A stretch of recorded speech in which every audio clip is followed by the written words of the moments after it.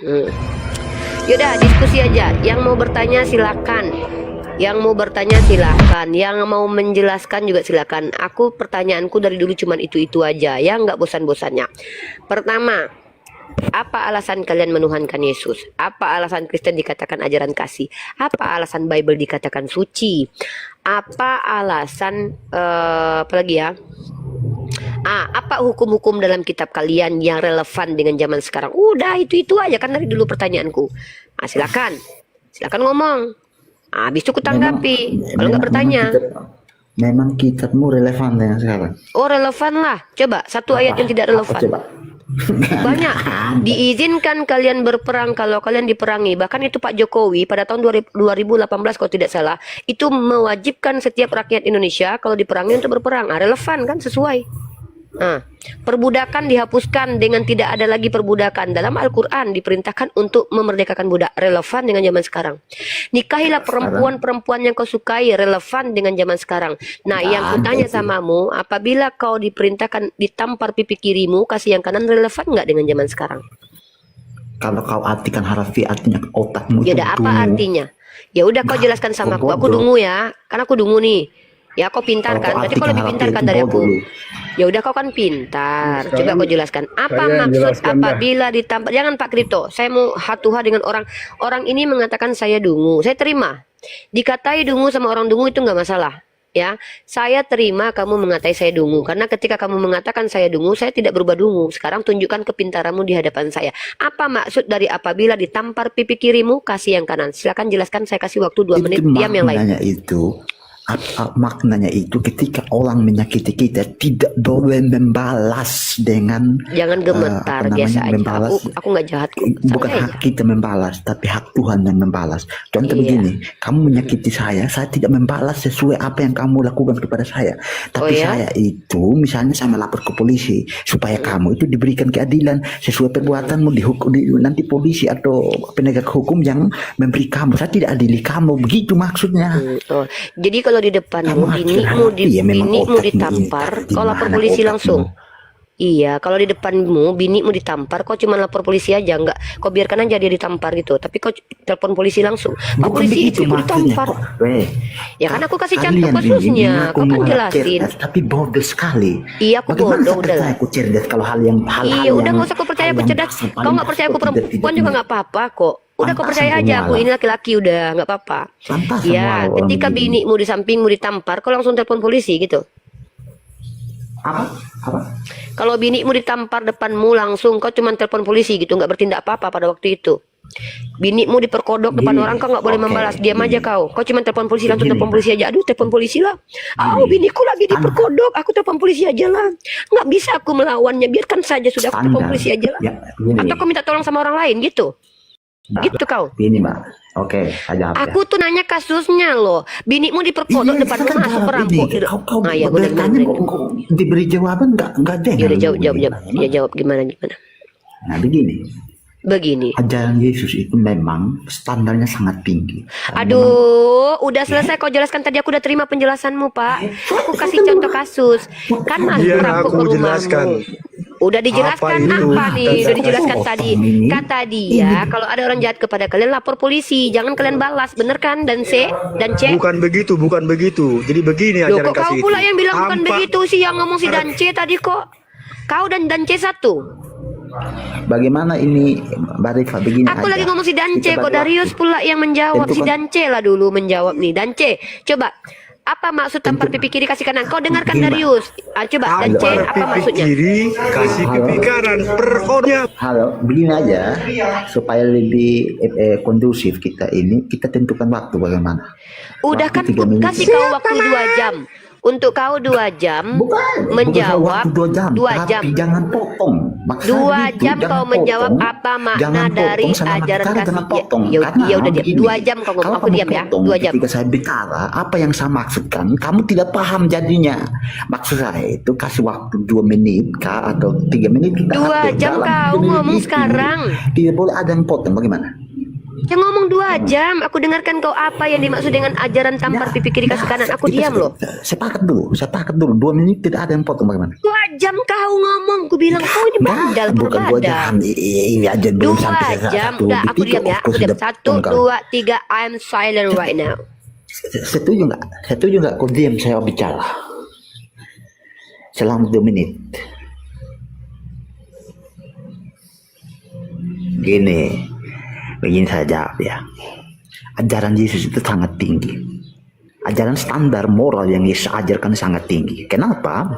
Karena memang manusia pertama diciptakan itu suci, sama dengan Allah sucinya. Tapi ketika jatuh dalam dosa, hubungan Allah dengan manusia itu jadi terputus. Sehingga manusia itu sudah rusak. DNA-nya yang diwariskan rusak, keturunan juga rusak. Ya, karena itu Yesus datang itu untuk mengembalikan hubungan Tuhan dengan Allah. Dia mengajarkan moral yang sangat tinggi, yang manusia biasa itu sangat sulit untuk dilakukan gitu ya. Memang yang ketika saya ditampar sebagai manusia itu susah untuk saya lakukan seperti yang Yesus ajarkan. Memang sangat sulit saya lakukan begitu ya kan, sangat sulit. Tapi di situ jangan diartikan harfiah. Maksud saya ajaran Yesus sangat tinggi, sangat sulit untuk dilakukan ya kan. Dia ajarkan tentang kasih, tetapi saya sebagai manusia yang masih dipengaruhi oleh berbagai faktor, dalam hal ini iblis, itu sangat susah untuk saya lakukan itu sebagai manusia. Karena itu orang Kristen diajarkan apa? Untuk bertumbuh rohaninya begitu, supaya minimal itu kita mendekati standar Tuhan walaupun tidak betul-betul presisi begitu, tidak betul-betul akurat. Makanya begitu. Kamu artikan harfiah di situ bagaimana kamu? Pantasan kamu mualaf itu bukan kamu cerdas. Jangan tipu umat Islam. Ada waktumu 1 jam 30 menit lagi, silakan. Kamu jangan tipu umat Islam. Jujur aja kamu mualaf itu suka-sukamu gitu. Cari bisnis di situ. Bisnis karena apa? Media sosial kamu menghina Kristen, tiap hari bicara Kristen kamu dapat duit, kan begitu. Jangan berbohong. Orang-orang Islam ini tidak semua bodoh, semua cerdas. Mana mualaf cerdas tapi memahami yang sederhana saja kamu salah. Bagaimana? Kalau kamu cerdas itu coba tunjukkan kualitasmu gitu dong. Sudah, kamu jawab. 1 jam 20 menit lagi waktumu loh. Kayak gini loh kami umat Islam memperlakukan kalian loh. Kami kasih kalian waktu 2 jam. Ngomong dulu sepuasmu. Aku nggak mau dipotong pas ngomong nanti. Ngomong kau 5 jam. 5 jam kau ngomong di sini ya. Oke, kamu dengar. Saya sekalian kasih nasihat kamu. Jangan kau ngasih nasihat aku, kau penyembah manusia. Aku mau kau menjelaskan apa yang dimaksud dengan ajaran kasih. Ku kasih kau waktu ngomong malah curhat kau. Gini. Udah cukup belum waktumu? Kayak gini loh kami umat Islam nggak sama kayak komal-komal kalian. Kami kasih waktu berjam-jam. Cukup nggak waktumu? Cukup tidak? Tidak cukup. Udah boleh aku ngomong? Udah boleh? Belum boleh. Oh belum, kau lagi ngomong. Kayak gini lah kami umat Islam nih, ngomong kau terus. Tapi jangan kau nasihati aku, kau penyembah manusia, nggak layak kau menasihati aku. Kau jawab apa yang dimaksud dengan ajaran tampar pipi kiri kasih kanan. Itu aja kerjaanmu ya. Kau jelaskan terus menerus. Kalau perlu kau ulangi 100 kali. Jawab. Saya sudah terangkan tadi di awal ya. Yang kedua begini. Kalian ini saya tidak sebut apologet. Karena atas tidak di dalam video itu kau curhat di sini, nggak ada urusanmu. Kamu disebut apolocet kek, apolonyet kek, apolo ayam penyet kek, nggak ada urusannya samamu. Kau jelaskan apa yang dimaksud apabila ditampar pipi kiri kasih kanan, telingamu sehat. Diskusi kita, jangan curhat. Kalau curhat kau bayar sama aku konsultasi kau 5 juta 1 jam. Berani kau curhat sama aku? Ku kasih kau terapi. Ya sudah, jangan kau curhat sama aku. Kalau nggak perlu kau curhat. Nah, udah selesai belum penjelasanmu tentang ajaran tampar pipi kiri kasih kanan? Ku tanya kau, apakah sudah selesai kau menjelaskan yang dimaksud? Ayo dah, jelaskan lagi. Apakah yang dimaksud ajaran tampar pipi kiri kasih kanan? Jawab. Relevankah itu zaman sekarang? Di manakah itu dilaksanakan? Bisakah seluruh manusia melaksanakan? Jawab. Ya oke lah, saya jelaskan. Karena itu ajarannya sangat tinggi ajarannya, sehingga tidak seorang pun, hanya orang-orang tertentu mungkin bisa lakukan itu ya. Misalnya kayak Paus dulu yang kena tembak itu, dia berdoa, ya Bapak ampunilah ya dia, karena dia tidak tahu apa yang dia buat. Itu orang yang betul-betul dewasa dalam keimanan gitu. Ya kan, bukan soal relevan atau tidak, salah kamu. Di situ ajaran memang karena apa? Yesus yang Yesus ajarkan itu adalah standar moral manusia ketika manusia itu belum jatuh dalam dosa begitu. Ya kan? Nah, terus gini. Ini nih apa? Kalian ini polemikus Islam. Klaim diri cerdas, debat dengan ini saya menang. Kau kok curhat kau nih. Emang gak ada adab kalian sebagai Kristen ya? Dikasih tempat menjelaskan doktrinnya, malah membahas kami secara pribadi. Ada masalah apa kau? Kau mau menjelaskan nggak? Kalau nggak turun kau loh, biar aku lagi yang mengajarkan kau bagaimana ajaran Islam itu. Kau bilang ajaran Yesus tinggi, ku ajarkan kau penipuanmu di sini. Aku bongkar penipuanmu. Diam kau, gantian aku. Ku kasih kau waktu 2 jam, malah curhat kau di sini loh. Curhat sama aku 5 juta, bayarnya 1 jam.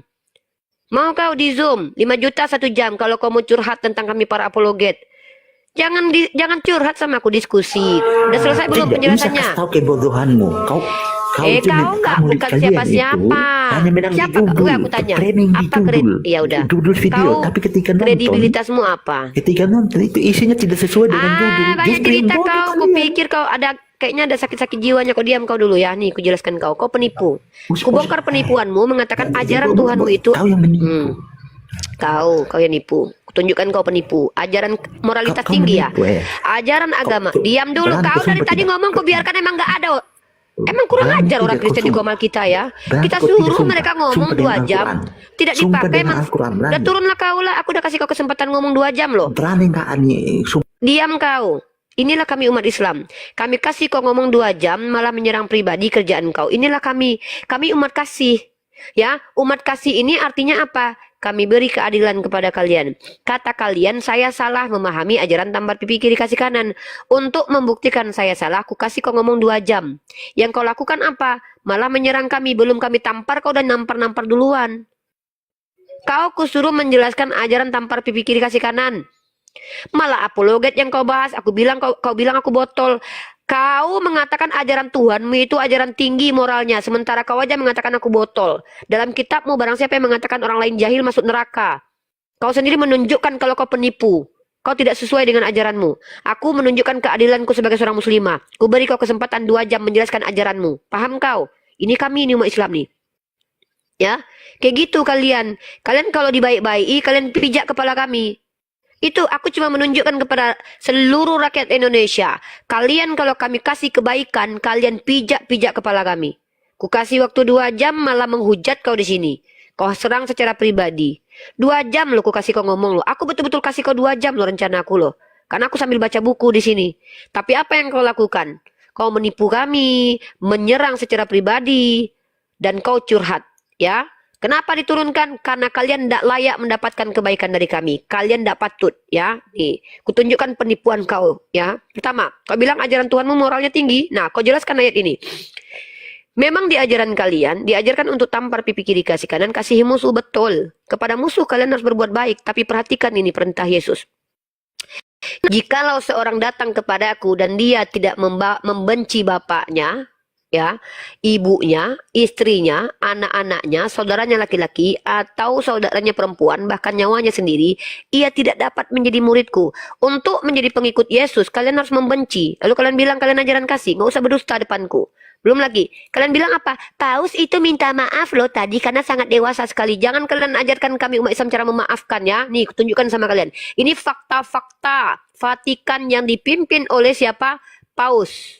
Ya. Ini Paus yang memimpin. Kalian tengok negaranya kayak mana. Iya betul, nggak ada penjaranya. Mungkin ini implementasi ajaran tampar pipi kiri kasih kanan. Ya, penjahat nggak perlu dipenjara, dibiarkan berkeliaran bebas. Nih, tidak punya penjara. Tapi apa akibat dari ini?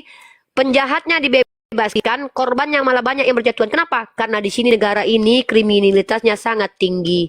Nih, ajaran manusia itu pasti tidak membuat stabil dunia. Nih ajaran kalian nih. Gara-gara ajaran kalian ini implikasinya ini nih. Gara-gara tidak adanya penjara, apabila ditampar pipi kiri kasih kanan, ini nih kriminalitasnya tinggi di Vatikan sana. Ya, kalau kalian bicara tentang mengasihi, kalian nggak ada 2 video yang viral. Satu, seorang bapak dari Filipina, orang Islam, anaknya dihabisi nyawanya. Dia memeluk pelaku pembunuhan itu. Itu ajaran kasih itu. Ajaran kasih itu. Seorang wanita ya yang anaknya dihabisi nyawanya di Amerika, dia peluk, dia bayarkan sekolah anak itu kemudian yang menghabisi nyawanya. Itu ajaran kasih. Kalian disuruh kesempatan kalian menjelaskan ajaran kalian 2 jam di sini, malah curhat kalian. Bayar 5 juta sama aku kalau mau curhat. Konsul sama aku. Kalian pikir mau aku menghadapi masalah pribadi kalian? Apa urusannya sama aku? Kita bicara diskusi lintas agama di sini. Tunjukkan sama aku kenapa kalian mengaku, kenapa PD-nya kalian mengaku ajaran kalian ajaran kasih.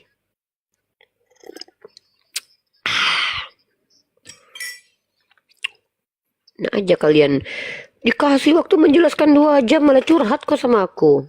10 juta itu curhat sama aku 2 jam. Ya, gitu ya. Kalian kalau tidak mampu menjelaskan, lebih baik kalian bertanya saja. Kan sudah saya bilang, dimanapun saya berada di komal-komal Islam, tugas kalian itu kalau lihat mukaku ini bertanya aja. Karena ketika kalian menjelaskan agama kalian, rata-rata kalian kalau kubongkar penipuannya. Tipuan kalian kubongkar, kubuktikan kalau kalian ngomong kosong doang, nggak ada datanya. Itu tugasku. Karena aku tidak berdiri sebagai seorang Islam, berdiri sebagai seorang warga negara Indonesia yang ingin mencerdaskan bangsa. Yang kubantah itu adalah klaim kosong kalian dan doktrin sesat kalian. Agama kalian biarkan, itu urusan kalian. Kita di Indonesia ini bebas beragama. Kalian nyembah handbodyku ini kalian sembah nggak apa-apa, sembahlah ini ha. Sembahlah. Kalau teringin kali kalian menyembah makhluk, nyembah aku pun kalian nggak apa-apa. Itu urusan kalian, yang berdosa kalian kok nggak ada urusannya dengan kami. Tugas kami menyampaikan. Ya, silakan. Naik ke atas diskusi. Kan aku bilang bertanya kalian kalau nggak mampu menjawab. Nggak semua juga jawaban pertanyaan kalian tuh bisa ku jawab. Ya, Tuhan kalian aja salah-salah kutip normal itu, apalagi aku. Ya, gitu. Silakan yang mau bertanya. Yang mau menjelaskan menjelaskan. Aduh. Ini oteng-oteng sudah pada turun semua ini Uni. Itulah, Izin Uni, cuma mau menambahkan Uni. Silakan Bang. Oke. Nah, ya gara-gara Yesus ini sampai kita makhluk ciptaan Tuhan sampai diadu domba seperti binatang. Lihat saja di luar sana peperangan atas nama agama demi membela nama sosok Yesus itu. Berapa jiwa yang sudah tersesat dan hilang? Apakah jika dia Tuhan, dia yang akan menanggung semua jiwa-jiwa yang sudah hilang itu? Belum tentu, karena dia adalah Tuhan ciptaan alias Tuhan hoax. Pikirlah pakai akal logikamu dan dewasalah dalam berpikir. Bang Welengre ini bukannya Kristen, Bang? Kenapa, Yuni? Abang bukannya Kristen? Aku ini Kristen yang sudah tersadarkan dan tidak lagi menuhankan manusia yang bernama Yesus sebagai Tuhan. Tapi beliau hanyalah seorang nabi atau utusan, sama seperti nabi-nabi yang lainnya. Seperti itu nih. Kapan abang menyadari kalau Yesus itu bukan Tuhan? Kenapa Yuni? Kapan abang menyadari kalau Yesus bukan Tuhan? Kapan aku menyadari bahwa Yesus bukan Tuhan? Ya, itu literasinya ada di Matius 1 ayat Bukan 12 kapan, maksudnya itu sampai kapan 16. waktunya? Enggak, maksudnya kapan gitu loh. Oke, itu di Sudah situ berapa lama? literasinya ada di Matius 1 ayat 12 sampai 16.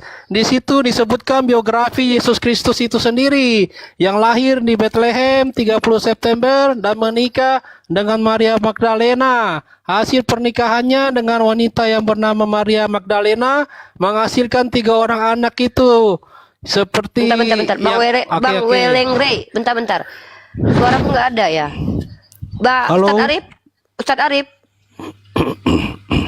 Ustadz Arif, Bang Otak Waras, abang ini ya, aku moderator di sini. Aku mau naik dulu satu akun untuk bicara ya, bentar.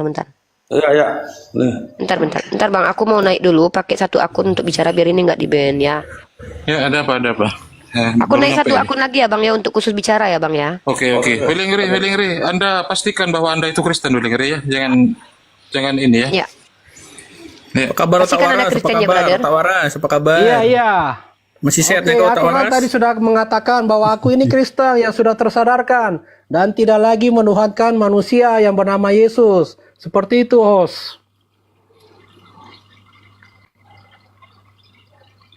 Oke, aku izin menambahkan ya yang tadi statement aku itu yang terputus. Ya, silakan kendalikan Uni Oke. ya. Ya. Bang Welengre bentar. Bang Welengre, mohon maaf ya, walaupun abang mengaku sudah tidak menuhankan Yesus, ya, walaupun abang sudah mengaku begitu, etisnya kalau kita diskusi di sini, mentang-mentang abang sepaham dengan kami tetap harus bersikap adil. Sampaikan sesuatu yang memang ada tertulis, bang. Ya, ada tertulis. Teman-teman, selamat tahun baru. Ya, itu Ya. tadi yang aku mau tambahkan, Yuni. Ya, Datanya silakan, itu, Bang Weleng. ya, datanya itu ada di 1 Yohanes 4 ayat 2 yang berbunyi, demikianlah kita mengenal roh Allah, setiap roh yang mengaku bahwa Yesus Kristus itu telah datang sebagai manusia, berasal dari Allah itu sendiri. Artinya apa ayat di sini? Ingin menjelaskan bahwa Yesus Kristus itu adalah hanyalah utusan atau nabi, utusan Tuhan, bukanlah malah menuhankan Yesus sebagai Allah. Karena barang siapa yang mengakui bahwa Yesus itu sebagai nabi, berasal dari Allah itu sendiri. Tapi sebaliknya, siapa yang mengakui Allah atau Tuhan-Tuhan lain di hadapannya, maka dia bukan berasal dari Allah itu sendiri. Dan di Keluaran 20 ayat 3 juga berbunyi, di perjanjian lama, yang berbunyi, jangan lagi ada padamu Allah lain di hadapanku. Artinya apa? Jangan kamu menuhankan siapapun, atau apapun di dunia ini, termasuk nama Yesus Kristus yang kamu sebut Tuhan, karena itu adalah kekejian kepadanya atau Tuhan itu sendiri. Seperti itu, Rifa. Silakan yang sip. mau menambahkan. Itu ayat Terima untuk kasih, bidat, ya, Bang. terima Itu kasih. ayat untuk bidat. Nanti dulu. Ya, saya mau tahu nih, orang yang menuduh orang lain bidat itu kredibilitasnya apa ya? Mohon maaf nih, kalau kalian saling membidatkan di hadapan kami nggak peduli sebenarnya. Cuman kalian jangan karena lebih banyak orang yang memahami Tuhan itu 3 dan dalam 1, lalu kalian katakan bidat lain. Di sini nggak pakai gitu. Itu namanya logical fallacy ya. Kebenaran itu harus bisa kita buktikan gitu loh. Statement itu harus kita buktikan. Nah, Bang Welengre diam dulu ya. Kita ada 3 nih. Ada Pejuang, ada Tanya, ada Darius. Oke, Pejuang, oke, kamu Bunda, silakan. mau menjelaskan atau mau bertanya? Silakan. Aku mau bertanya aja sih. Oke, silakan. Tidak. Kalau kamu, Rifa, punya kapasitas nggak untuk jelasin tentang hadis? Menjelaskan tentang hadis, mengutip hadis Ya. saya punya kapasitas, mentarjihnya saya tidak punya kapasitas. Oh, maksudnya Menjelaskan pemahaman saya tentang hadis itu saya punya kapasitas sebagai seorang menjelaskan muslim. pemahamannya bisa ya?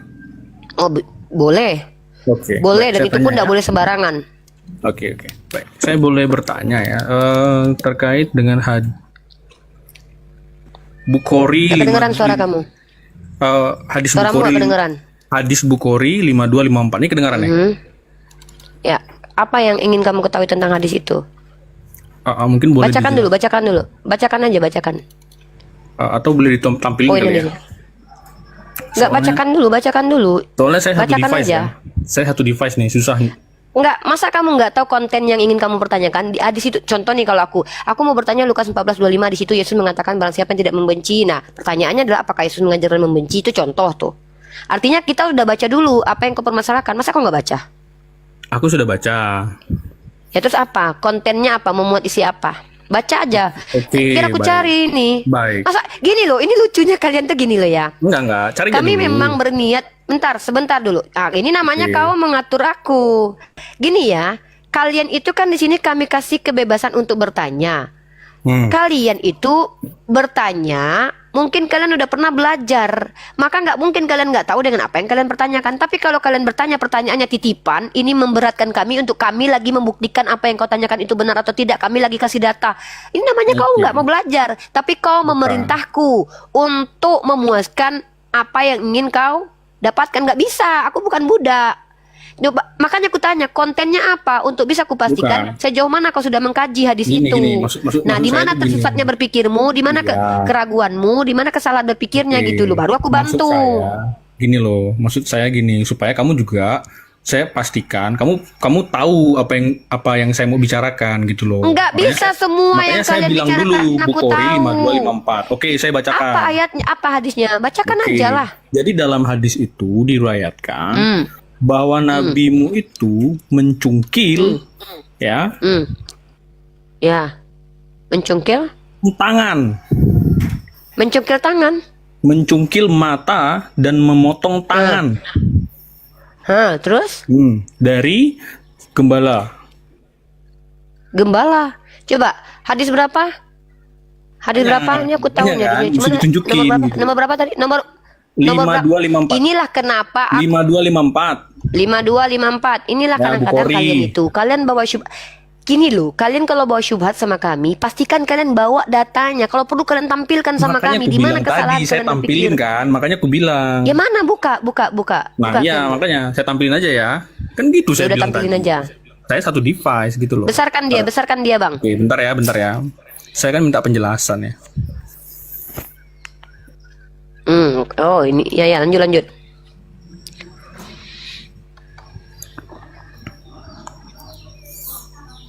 Terus Nah, boleh bacakan ya. Ya, bacakan.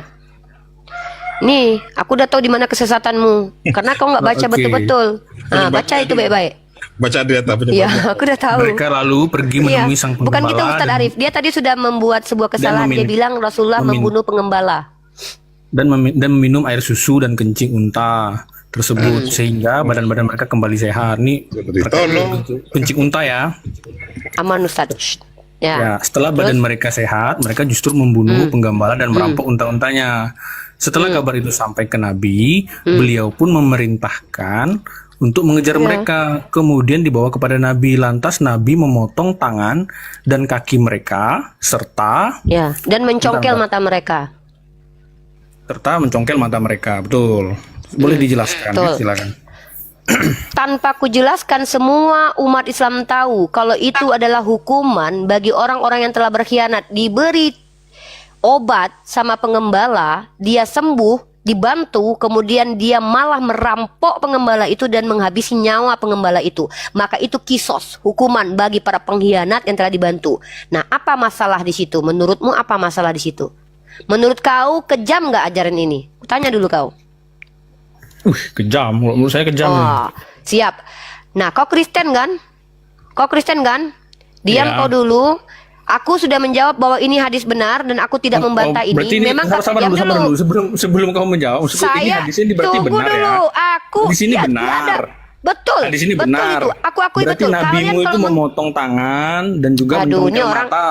Bener ya? Diam dulu, gantian dulu. Kau Enggak, udah aku jawab. ini benar dulu nggak nih? Kau- Ini benar dulu nggak nih? Hei, aku bilang itu betul. Umat Islam ini kalau ada pengkhianat di antara kalian, sudah kalian kami bantu, kalian khianati, kalian dihukum. Ingat. Nih aku kasih kau lihat data ya. Kau ya, kutunjukkan samamu itu adalah, besarkan saya Ustadz. Gantian lagi saya jelasin. Nah, dengar ya. Kalian pikir ajaran kami kejam? Tuhan kau juga memerintahkan hal seperti itu. Jika matamu menjadi asbab kau bermaksiat, congkel kata Yesus. Bahkan Yesus suruh congkel tangan mata sendiri dan potong tangan sendiri. Lupa kau dengan pengajaran Yesus itu? Itu satu loh ya, kutunjukkan. Yesus bilang, Jika ampuni matamu, mereka, saya lagi ngomong, jangan kau potong. Kau tadi bertanya, aku mengajarkan kau nih cara berpikir yang sehat nih. Kau kan memframing bilang yang ajaran salah, kami makanya kejam. saya jawab. Loh, aku belum menunjukkan Yesus bilang, datanya loh sama Bapak kau. ampuni loh. mereka, sebab mereka tidak tahu apa yang Iya, mereka perbuat. itu ya. Aku Itu lagi kasih. ngomong nih orang. Iya, aku tunjukkan kau. Berarti Tuhan kau nggak Iya. konsisten sama dirinya ya. Aku tunjukkan. Jika matamu menyebabkan kau berdosa, congkellah. Itu Yesus ngomong atau bukan? Hei, itu Yesus yang ngomong atau bukan? Kau bilang dulu. Oi. Yang jelas Hey, Yesus nggak pernah potong tangan Matius orang. pasal dan congkel 5 mata nomor orang. 29. Iya, Tuhanmu dia yang dipotong, dia yang ditusuk lambungnya. Maka jika matamu yang kanan menyesatkan engkau, cungkillah Itulah dan kasih, buanglah itu. Rifa.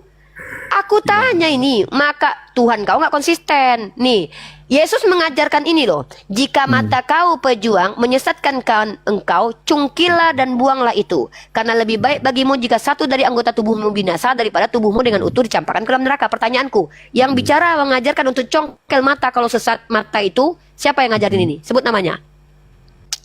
Siapa Di yang mana itu ngajarin ini? ayatnya? Mencongkel Ayatnya di mata. mana? Itu di mana Matius ayatnya? pasal 5 29. Kau baca. Oke, Matius kita pasal mesti 5 pahami, 29. Baca. ya. Matius berapa? Baca dulu, kita masih pahami. Loh Kau belum iya, saya kan mau baca nih kau Matius ini. berapa. Jangan kejang-kejang Baca. dong. Kamu ini kejang-kejang mulu dah. Kok kejang? Bukan, aku nggak suka dengan penipu. Loh, enggak, Matius berapa? baca dulu. Matius berapa? Matius 5:29. Belum aja kau baca udah sok-sok kamu menjelaskan. Nampak penipuanmu di sini kan? Loh, siapa yang mau menjelaskan? Aku bilang aku lihat dulu ayatnya. Baca itu kau jelaskan. Ya, sabar Matius dong, jangan 5:29. kejang-kejang. Maka jika matamu yang Kau ini kanan, kok kejang-kejang kau udah tertampol. Kan? Kalau ketampol bilang aja kejang-kejang. Padahal yang kejang kau. Minum Oke. aku dulu sedikit. Assalamualaikum Cak Tahta. Ya, narasumber kita ada dua ya, ada Ustaz Atta dan ya. Waalaikumsalam. Tuh. Assalamualaikum. Tunggu saya sedikit, Pak. Waalaikumsalam Ustaz. Jadi gini, Silakan Ustadz. kalau dalam fikih itu dijelaskan hadis atau Quran kan dijelaskan dalam fikih. Jadi kalau ada orang mencuri 1 nisab, dipotong tangannya. Kalau membunuh, ya dibunuh. Nah orang ini diborong semua kejahatannya, pengkhianat. Ya, padahal andaikan dia Bunuh, itu pencuri. cuma mengambil untanya, pasti oleh Rasulullah dihukum tangannya doang, dipotong. Atau dia cuma membunuh, tidak mencuri, maka dia dikisos doang. Ini diborong ini, sehingga hukuman itu supaya tidak peringatan untuk orang lain, ya, biar dera dan tidak, biar tahu orang, oh berarti hukuman seperti itu. Jangan diborong. Ini diborong semua. Udah dia minta obat, ya. Udah dikasih tahu, dikasih obat, diambil untanya, dibunuh. Ya, pengkhianat lagi. Sembuh kan Ustaz? Ya gitu. Ya. Ya karena gini Ustadz Jadi- Tata, Lanjut, Kak. bagi orang Kristen itu kejam Ustadz Tata. Kenapa? Karena mereka tahu kalau dari kalangan mereka melakukan itu kepada kita, mereka nggak mau digitukan, mereka mau diampuni, dimaafkan, dikasihi, penjahat harus dikasihi, memperkodok bini, mencuri, nggak boleh dilakukan apa-apa. Mereka menuntut kita supaya mengasihi mereka karena ajaran mereka begitu. Nah lucunya Tuhannya sendiri ngajarin, kalau matamu menyesatkan congkil, anu kak bingung kita nih. Belum lagi kalau kita lihat nih. Jawab ya. Diam dulu, kau habis ini orang Oke. kau nih, nggak, ku tanya dulu, kalau kau punya Jangan kapasitas kejang-kejang. menjelaskan kayak pendeta. Kau tuh Cuman kejang-kejang tinggal modal mulu loh. kejang-kejang. Orang nanya Apa itu? baik-baik kok. Aku kan bertanya. Loh, emang aku maki kau di sini? Menurutku itu kejam gitu loh. Itu Iya, kejam. menurut kau kejam. Loh, Iya, iya kejam. dong. Berarti Tuhan yang Kita menyuruh nggak congkel berhak mata kejam manusia nggak? Untuk motong Iya, tangan nggak berhak orang, ya, nggak untuk berhak. mata orang, Oke, nggak berhak. Diam dulu, nggak berhak ya, nggak berhak menghukum dong. orang ya. Coba aku tanya, ketika Arhan dirajam sampai mati oleh Yosua yang memerintahkan Tuhanmu psikopat atau Tuhan baik itu? Jawab. Sekeluarganya lo dirajam sampai mati lo. Tuhan kau, itu Tuhan Bapak, Tuhan Anak, atau Tuhan Kudus? Kau menyamakan Tuhan dengan Muhammad gitu maksudnya? Oh, Tuhan kau selevel dengan Nabi Muhammad. Loh, Kau enggak. bilang kan nabiku kejam. Loh, Tuhan itu memerintahkan Yosua. Kau Kau tahu menyamakan nggak? Kau tahu Tuhan nggak dengan kejadiannya? Muhammad. Loh, Tuhan kalau Tuhan mengambil kau- nyawa orang itu hak dia. Tetapi Muhammad siapa? Loh, Hak- di situ apa hak dia? Yosua kok. Yosua di situ Apa yang hak membunuh dia? kok. Apa hak dia? Tapi Tuhan kau yang nyuruh. Apa hak dia? Apa hak Yosua Muhammad? yang merajam Sama, di situ. Sama Tuhan dan Muhammad itu sama. Loh. Menurutmu? Tuhan kau selevel dengan Nabi kami. Tuhan kok samakan dengan Nabi? Gimana sih kau? Tuhan kau selevel dengan Nabi kami kok. Oh, Tuhan kau berarti kau menyampaikan samakan firman, Tuhan Nabi kami dengan menyampaikan Nabi. firman. Jadi kau menyembah Tuhan Nabi. kau selevel. Tuhan kau Loh, gimana sih selevel kau? dengan Nabi kami, bisa nggak memahami ini? Contoh, Kok Tuhan kau selevel manusia sih? berkelamin, nabiku manusia berkelamin. Justru itu. Tuhan kau Kalau makan Tuhan ikan goreng, mengambil manusia nabiku makan juga. karena dia berdosa. Hei, ini Loh, iya, kenapa itu ini kan orang pola nih? pikirmu gimana sih? Kalau Udah, Tuhan udah, mengambil kami manusia, mau menghukum kami manusia mau karena dia edukasi. berdosa, Aku itu nggak mau adil sia-sia nggak? ilmu di Adil. sini. Aku tunjukkan kau. Apalah kau ini? Nah, kau bilang ajaran kau ajaran kasih. Tuhan kau menyuruh orang. Tuhan kau, inilah botolnya kau. Kau pikir Tuhan kau yang mencongkel mata. Inilah kau botol. Tuhan kau menyuruh orang kalau matamu menyesatkan, congkel sendiri matamu. Tuhan kau nyuruh orang, bukan Tuhan kau yang berhak mencongkel-congkel di mata orang. Kau bilang Tuhan yang berhak menghukum orang lain. Jangan tipu aku. Nah, kau tengok si Achan itu. Si Achan itu, dia mencuri harta rampasan perang. Disuruhlah si Yosua membakar dan merajam dia sekeluarga. Ajaran kasihkah itu? Tuhan kau yang menyambar dia. Tuhan kau yang merajam-rajam si Achan. Kau bilang Tuhan kau yang berhak menghukum. Hah? Tuhan kau itu menyuruh orang lain menghabisi nyawa orang. Tumpaslah suku Amalek. Itu Tuhan kau juga suruh tuh. Kau bilang Tuhan kau yang menumpas-numpas anak kecil itu. Dia menyuruh orang untuk menumpas suku Amalek. Dia menyuruh orang untuk menghabisi nyawa Achan. Ya kalau diajak ngomong, ya kejang. Dengar orang ngomong dulu biar dapat kau poinnya, biar terbongkar aibmu di sini, aib agamamu. Ya, kalau kami jelas umat Islam itu kalau kalian pengkhianat hukumannya betul-betul besar. Nggak ada toleransi, harus menjalankan hukum Allah. Tapi harus ada bukti, harus ada yang menjadi saksi, kuat semua fakta-faktanya. Ini Islam, ya. Biar apa? Nggak banyak yang mencuri. Ini kalian memperkodok bini orang, maafkanlah dia, ampunilah dia. Nggak bisa kayak gitu. Emang kalian pikir kami ini ajaran apa? Tuhannya katanya menghukum, tidak akan melepaskan orang dari kejahatan. Tiba-tiba dia mati sendiri untuk menebus para penjahat. Beda kelas kita, bro. Ya, diskusi kok kayak gitu. Silakan yang lain. Assalamualaikum Bang Handi. Diskusi 2 jam. Waalaikumsalam warahmatullahi wabarakatuh. Catatan, silakan catatan. Nah, kalau hitungannya ya, menurut saya itu kejam. Terus kamu udah melihat gimana perlakuan dia kepada orang yang punya unta itu? Dibunuh, Iya, sadis. gitu. Gitu. Ya kan mereka gitu, Ustadz. Mereka mau para penjahat itu diampuni dosa-dosanya. Maksudnya ya, dibiarkan aja. Penjahat ya udah biarkan aja penjahat udah. Tuhan aja nanti yang menghukum. Kenapa? Karena mereka ini sebenarnya Ustadz bukan mau mencari kebenaran, tapi memframing bahwa Islam kejam. Sementara kalau kita lihat satu ajaran Tuhannya Kristen itu lebih keji daripada yang bisa kita jelaskan tentang hukuman terhadap orang yang mengganggu itu. Karena di dalam Islam ya, yang mendapatkan hukuman itu karena tindakan kejahatan. Coba bayangkan, Uzza mati dihabisi Tuhan gara-gara menyentuh tabut loh. Ahkan mati dibakar sekeluarganya loh. Si Ahkan, bukan si Ahkan sendiri loh. Ahkan dan sekeluarganya dibakar karena mencuri loh. Mencuri loh, nggak sampai menghabisi nyawa orang loh, mencuri doang. Tuh Tuhannya suruh tuh Yosua yang melakukan itu. Lalu kau bilang ajaran kami kejam. Pak, sedikit. Anda nggak mengerti apa yang dikatakan otak tadi. Satu itu Tuhan yang menghukum. Kalau Tuhan yang menghukum kan Ya udah, aku wajar. tanya samamu dulu. Ini kan Si manusia Akan itu yang biasa menghukum Tuhan nggak? memberikan hukuman kepada orang Iya, lain. si- Gimana sih Oi, Anda nih? ini yang kutanya, si Akan itu yang menghukum Tuhan atau manusia? Tuhan dong. Coba tunjukkan ayatnya. Kau jangan nipu aku baca ayatnya itu. Bohong kau. Mana bawa datanya. Ini kutunjukkan penipuan kalian sebagai orang Kristen ya. Nih, Penipuan kutunjukkan sih. lagi-lagi kalian menipu kami. Iya, Memang bentar, gini ya, sabar. Gini ya Uniripa ya. Anda memang nggak Aduh, memahami kita pakai datanya kisah dulu, itu. baru dibahas. Jangan banyak bicara dulu sebelum data kita bongkar. Seperti tadi Aku yang Matius menipu atau tadi, kau? Anda nggak mengerti seperti congkel mata itu. loh. Nanti Biar saya bahas terangkan. Matius, aku lagi bahas Akan. Biar Tanya saya kok kabur terangkan kamu ya. ini loh. Kita bahas Ya, Akan Anda dulu tadi kan ya. mengatakan, kejam sekali Tuhan Yesus itu. Astagfirullah ini orang.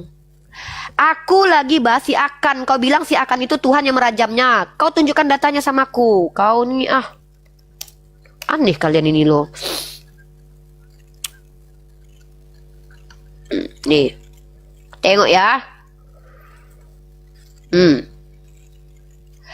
Lihat teman-teman ya, aku akan tunjukkan datanya.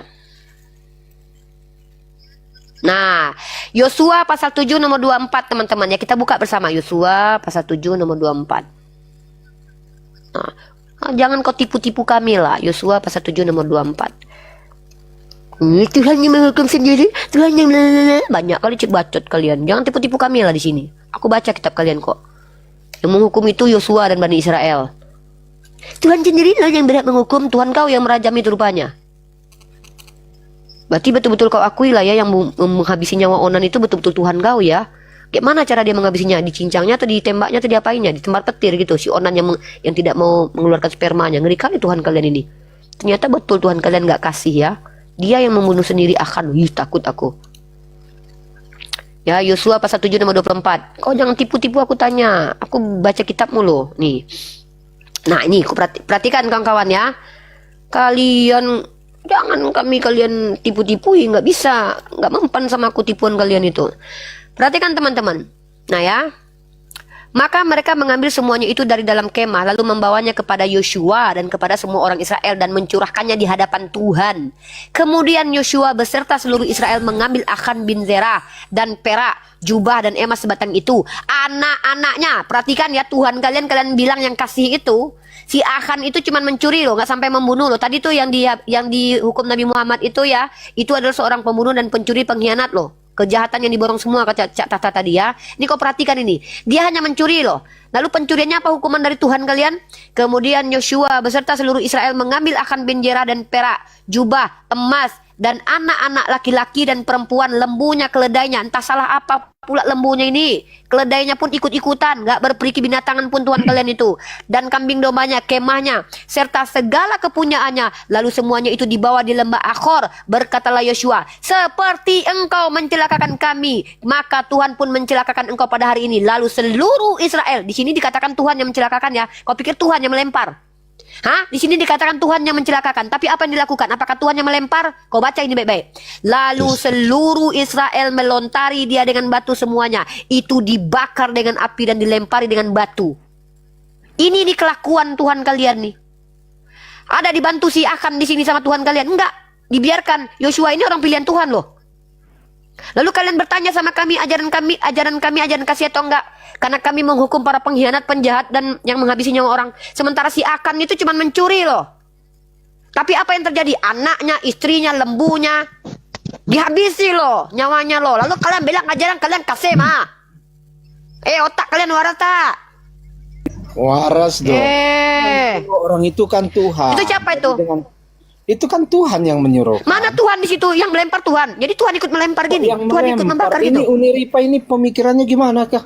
Sembuh pendek ya. Di sini orang ini mencuri dan dia dihukum atas nama Tuhan. Presiden memerintahkan Penipu untuk kau. memerangi suatu bangsa, maka presidennya ikut berperang enggak? Ya enggak dong. Itu kan atas perintah presiden. Gitu Nah Tuhan aja. kau juga memerintahkan ini ikut perang. Ini Tuhan kau kelakuannya Ya, nih. Tuhan Tuhan kau memerintahkan kayak gitu. bangsa Israel untuk menghukum orang yang bersalah Nah, kepada ya udah. mereka. Ya udah. kan? Ya udah. Ya, Sama. bedanya apa? Ya sudah. Satu Beda lah. manusia yang menjadi Beda. Tuhan, itu kalau di situ Nabi itu melakukan sesuatu atas kehendaknya dan membunuh itu kan? Kau tahu nggak arti Nabi apa? Nabi itu artinya apa? Nabi saya kalau di pengertian kami dan Anda Apa kan Nabi berbeda artinya? Nabi itu ya kan? Nabi itu arti kalau Nabi di kami apa? yang bisa Nabi artinya berbicara apa? dengan Tuhan loh. Yang bisa berbicara langsung dengan Tuhan. Tunjuk datanya, data. Tunjuk Nabi, tunjuk data. Tunjuk data. Ditanya arti nabi apa? Jawablah. Kau Ya, penipu Nabi kau. itu orang yang bisa berbicara dengan Tuhan, berkomunikasi dengan Tunjuk Tuhan. data. Tunjuk Ya, data. saya tunjukkan ya Apa di Nabi? mana Datanya, ya. Tunjuk Musa data. berbicara dengan Tuhan. Oke, saya tunjukkan datanya. Di mana Musa berbicara dengan Tuhan. Nabi bukan Nabi Musa, arti nabi. Arti Nabi yang kutanya. Teman-teman udah kabur ya. Dia udah lari dari materi ya. Arti Nabi itu adalah orang yang berkomunikasi atau Diam bisa dulu berbicara dengan banyak Tuhan. ceritamu. Udah. Aku Gimana pikir kau ada sih ilmu. Anda? Diam. Aku lagi muak nengok penipu-penipu dari Kristen. Dengar ya teman-teman ya. Si pejuang tadi menuduh Nabi Muhammad kejam karena menghukum pengkhianat, pembunuh, dan juga pencuri. Ya kejahatan yang diborong, kata Cak Tahta. Saya bilang Nabi Muhammad menghukum dan kita punya dalil semua tindakan, semua perkataan Nabi Muhammad itu bukan karena hawa nafsunya, bukan keinginan pribadinya, tetapi itu atas izin dari Allah dan memang dia adalah orang yang menjalankan apa yang Allah perintahkan, terlepas kalian Kristen percaya atau tidak. Nah, yang kutanya adalah apakah ajaran itu kejam? Kalian menjawab. Si pejuang mengatakan, diam kau tanya, nggak ada urusannya samamu sebenarnya tadi. Cuman kau udah ketampol aja, kau udah nipu aku tadi, penipuanmu udah kubongkar. Ku bilang, oh ya? Kejamkah ajaran seperti itu? Bukankah Tuhan kalian yang berbentuk manusia itu juga mengajarkan hal yang sama? Apa pengajarannya? Pengajarannya adalah kalau mata kau menyesatkan, nggak ada perkataan Yesus kucongkel. Nggak ada Yesus bilang kucongkel. Kalian bilang kan Tuhan yang berhak menghukum. Kata Yesus, kalau mata kau menyesatkan kau congkel sendiri. Artinya Yesus mengajarkan kalau mata kau itu sesat, kau congkel keluar matamu itu. Artinya Yesus mengajarkan juga menyakiti diri sendiri kalau kau salah. Satu, ya. Yang kedua, Saya jelaskan sedikit itu ya. diam dulu, nggak ada kau hak menjelaskan dulu. Aku sama si pejuang tadi, udahlah kau penipu, kau nipu aku tadi. Kau bilang si Akan itu Tuhan sendiri yang melemparnya. Udah kubongkar penipuanmu kan? Matius itu Diam dulu kau. enggak, Matius itu biar saya jelaskan. Aku sama belum Anda. selesai. Orang Oten ini kenapa nih gak ada otak? Nanti kalau kau nengok berhadapan kita dengan nih? aku. Turun kau. Lu berhadapan dengan aku. Nah, biar ku selesaikan materiku. Kalian mengganggu aku menyampaikan materi aja. Ku bongkar penipuan kalian di sini. Kalian bilang ajaran kami kejam karena nabi kami menghukum orang yang salah. Di kitab kalian, Yosua ini dia menghabisi nyawa si Akan hanya karena mencuri. Ingat loh, Tuhan kalian yang berbentuk roh loh. Ini belum jadi manusia loh dia loh. Ketika dia jadi roh, diajarkannya Bani Israel untuk menumpas negeri orang. Dia yang suruh loh. Bukan dia turun tangan, bahkan dia ikut berperang loh. Ngeri loh Tuhan kalian loh. Kalian bilang Tuhan kami kejam. Tuhan kalian bayi menyusui disuruh tumpas loh. Anak kecil cuman bilang, botak, naiklah botak kepada Elia. Dikutuk dalam nama Tuhan, didatangkan beruang untuk mencabik-cabik anak-anak itu. Anak kecil loh bro. Ini penjahat yang dihukum oleh nabiku karena kejahatannya. Tuhan kalian si Uza tidak sengaja menyentuh tabut Tuhan, dihabisi nyawanya langsung oleh Tuhan kalian. Satu, kalian bilang pula Tuhan kalian Tuhan pengasih. Yang kedua, Yosua menghabisi nyawa Achan dan keluarganya karena hanya mencuri. Dan itu bukan Tuhan yang turun tangan langsung, tapi apa? Menggunakan tangan Yosua dan Bani Israel. Tuhan mengajarkan Bani Israel untuk merajam orang sampai mati karena dia pencuri. Lalu kalian tuntut agama kami itu harus, kalau kami yang jahat dari Kristen ini jangan kalian hukum kami loh. Giliran kalian yang mengklaim ajaran kasih, coba kalian lihat genosida yang paling banyak dilakukan oleh siapa? Kolonialisme, kalian Kristen. Genosida, kalian Kristen.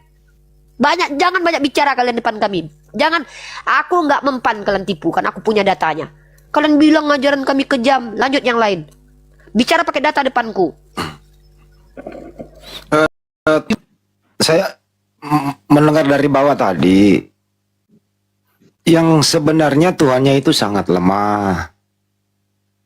Tapi di sisi lain, dia juga agresif. Kalau yang dimaksud di perjanjian baru, Tuhannya adalah Yesus.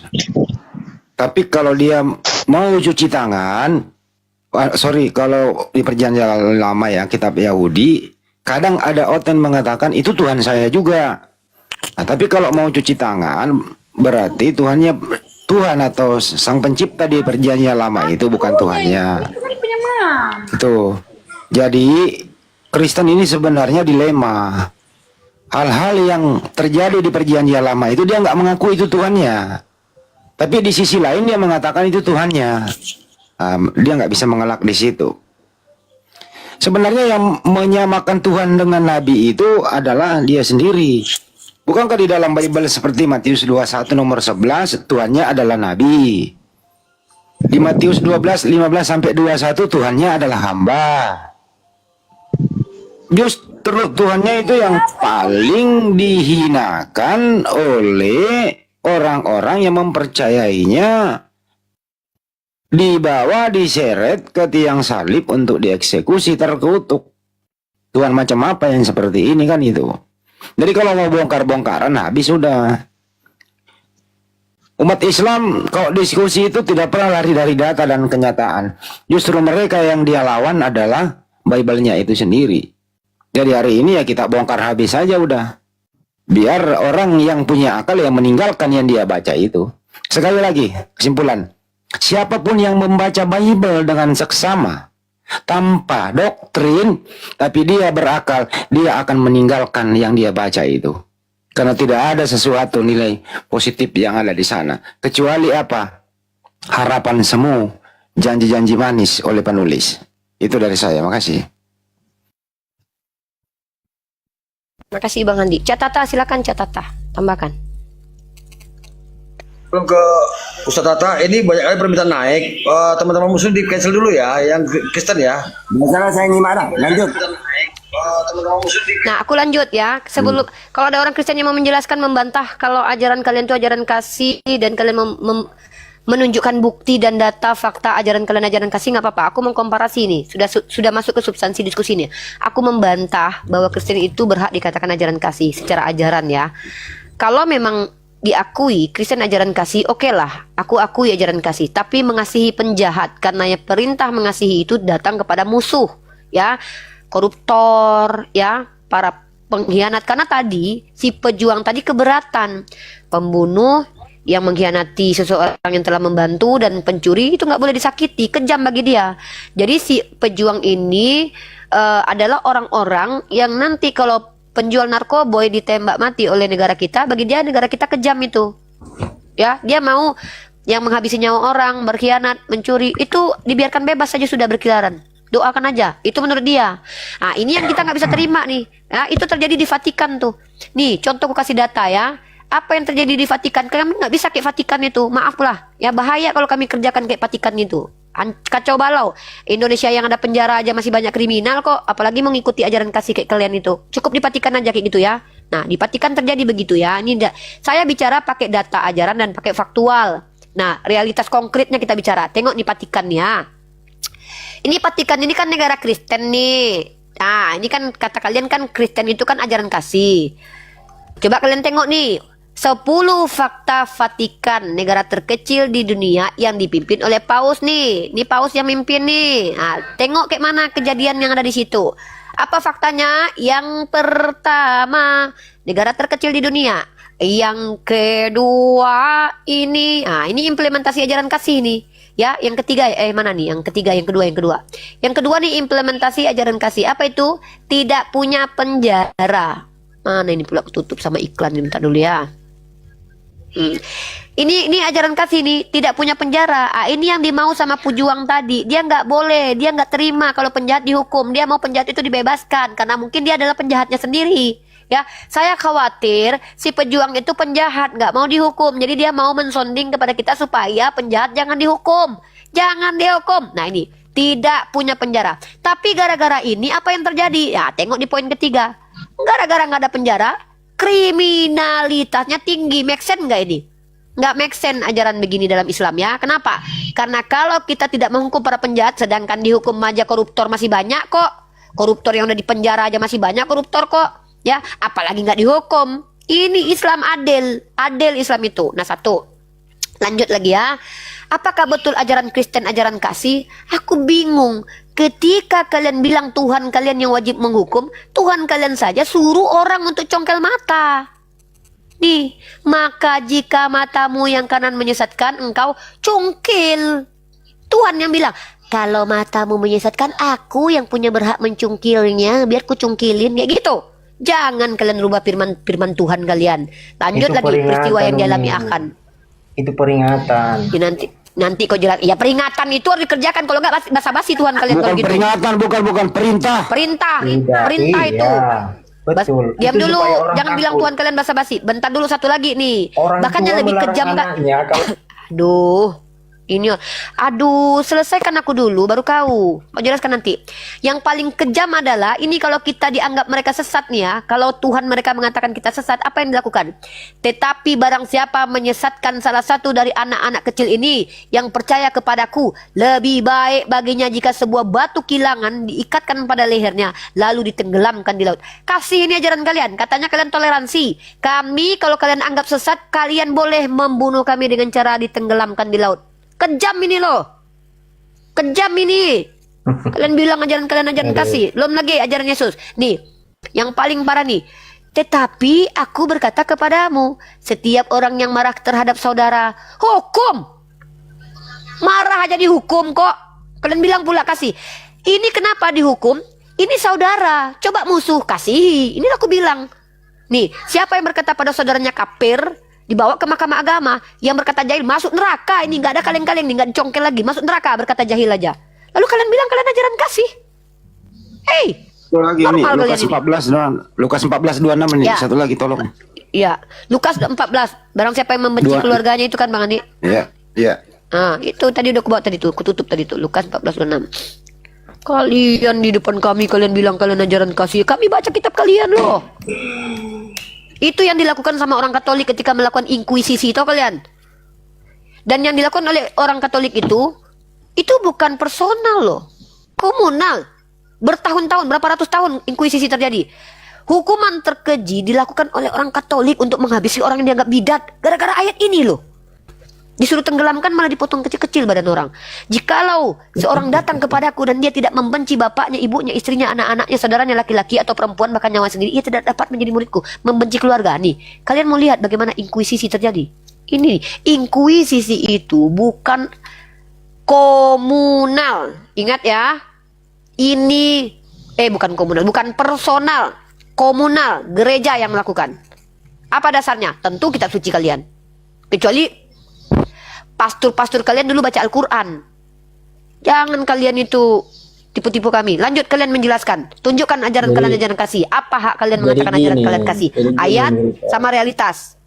Gini Uni Rifa, itu memang ada yang bilang tadi Bang Hendikel ya, ya oke, itu perintah. Artinya itu perintah supaya orang tidak semena-mena melakukan hal sedemikian. Ya, Yesus mengatakan itu sama seperti orang tua memperingati anaknya. Ya, barang siapa di antara anaknya ini yang jahil, yang entah apa dendanya diberikan orang tuanya. Nah itu peringatan supaya si anak takut jangan melakukan itu, supaya matanya nggak dicongkel, gitu loh. Kalau ada Kristen melakukan itu, sudah ada nggak Kristen yang dicongkel matanya? Ya karena belum ada yang Ada yang melakukan, saya tunjukin. Banyak Kristen yang melanggar.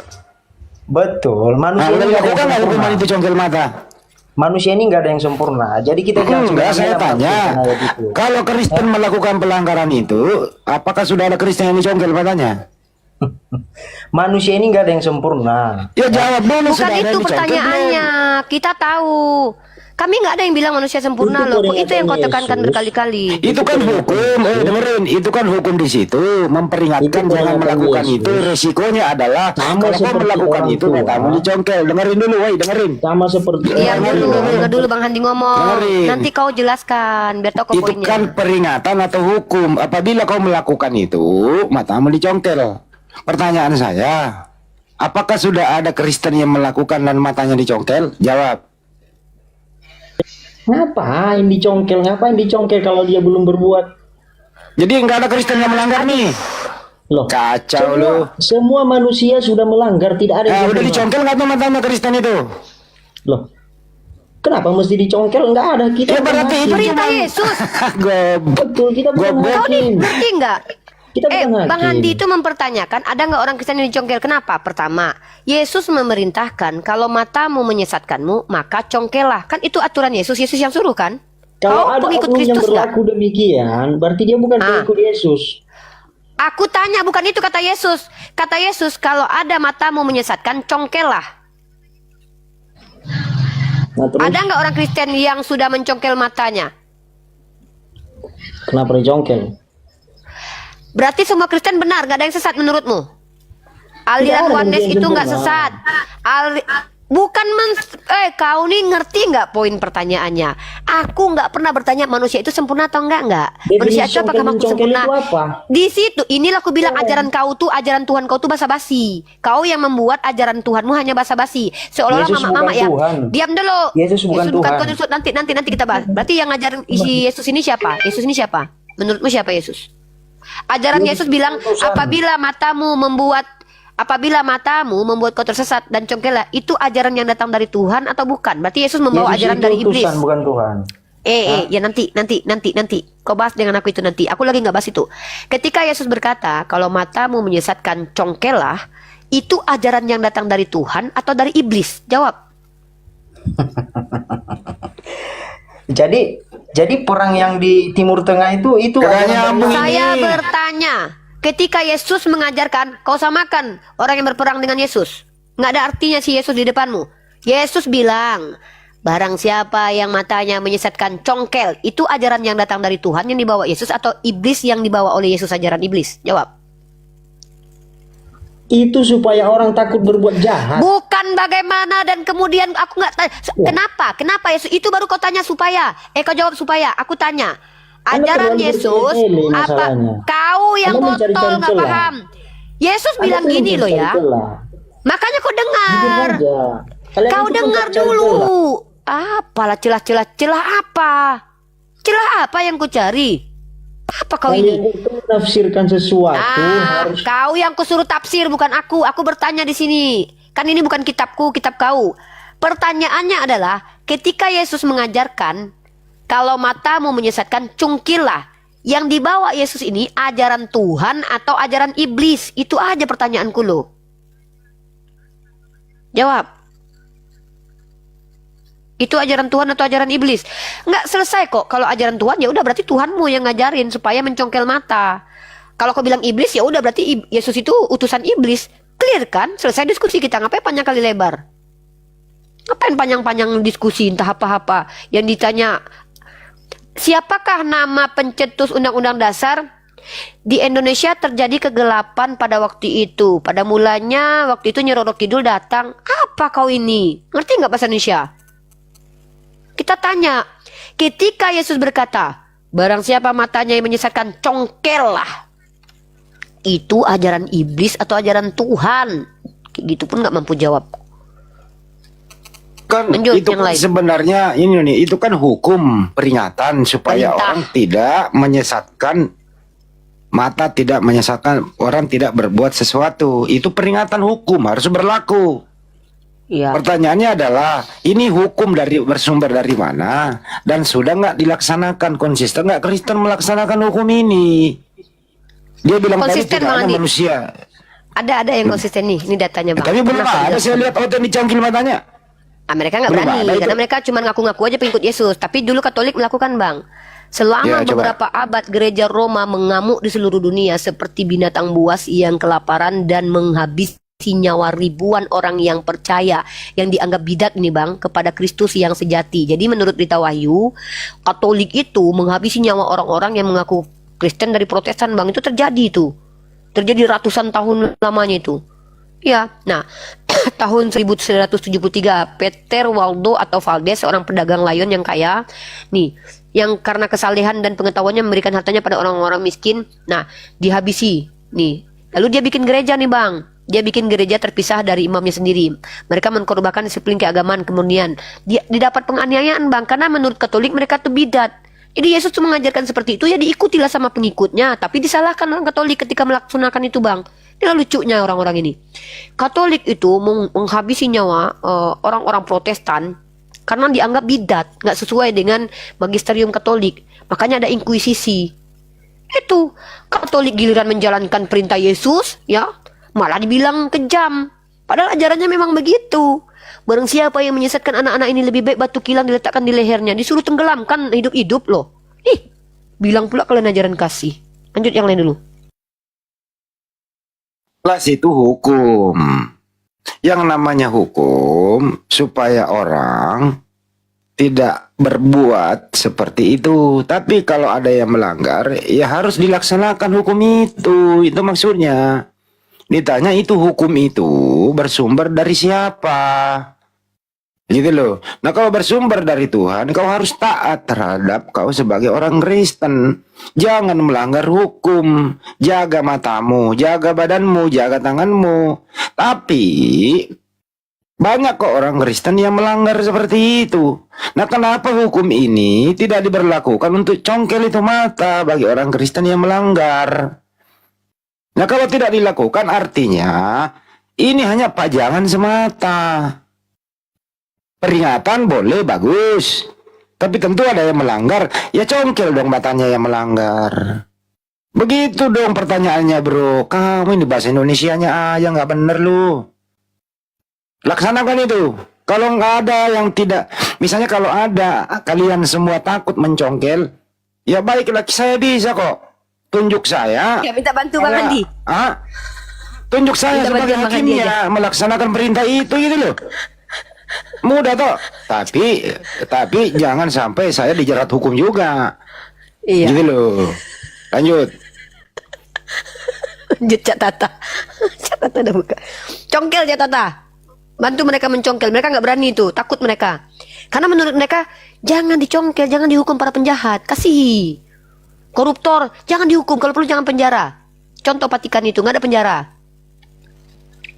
Gitu. Maaf, nggak bisa itu, tidak relevan zaman sekarang. Masa orang memperkodok dibiarkan bebas berkeliaran? Masa predator anak dibebaskan biar berkeliaran? Enak aja kalian. Inilah kalian. Aku nggak ngerti kenapa kalian itu mensondingkan untuk mengasihi musuh para penjahat. Apakah kalian jangan-jangan penjahat itu? Jangan-jangan kalian penjahatnya ya? Supaya kami tidak menghukum kalian, supaya Indonesia ini jangan lagi ada penjara.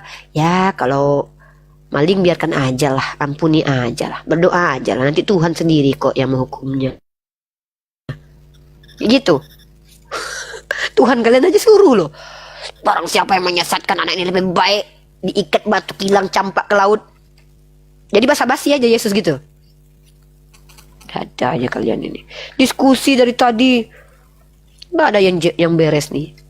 Ya silakan naik kalau kalian mau menjelaskan. Kami tunggu kalian untuk menjelaskan apa alasan ajaran kalian dikatakan ajaran kasih. Kalau aku bisa menjawab dengan cepat, singkat, padat.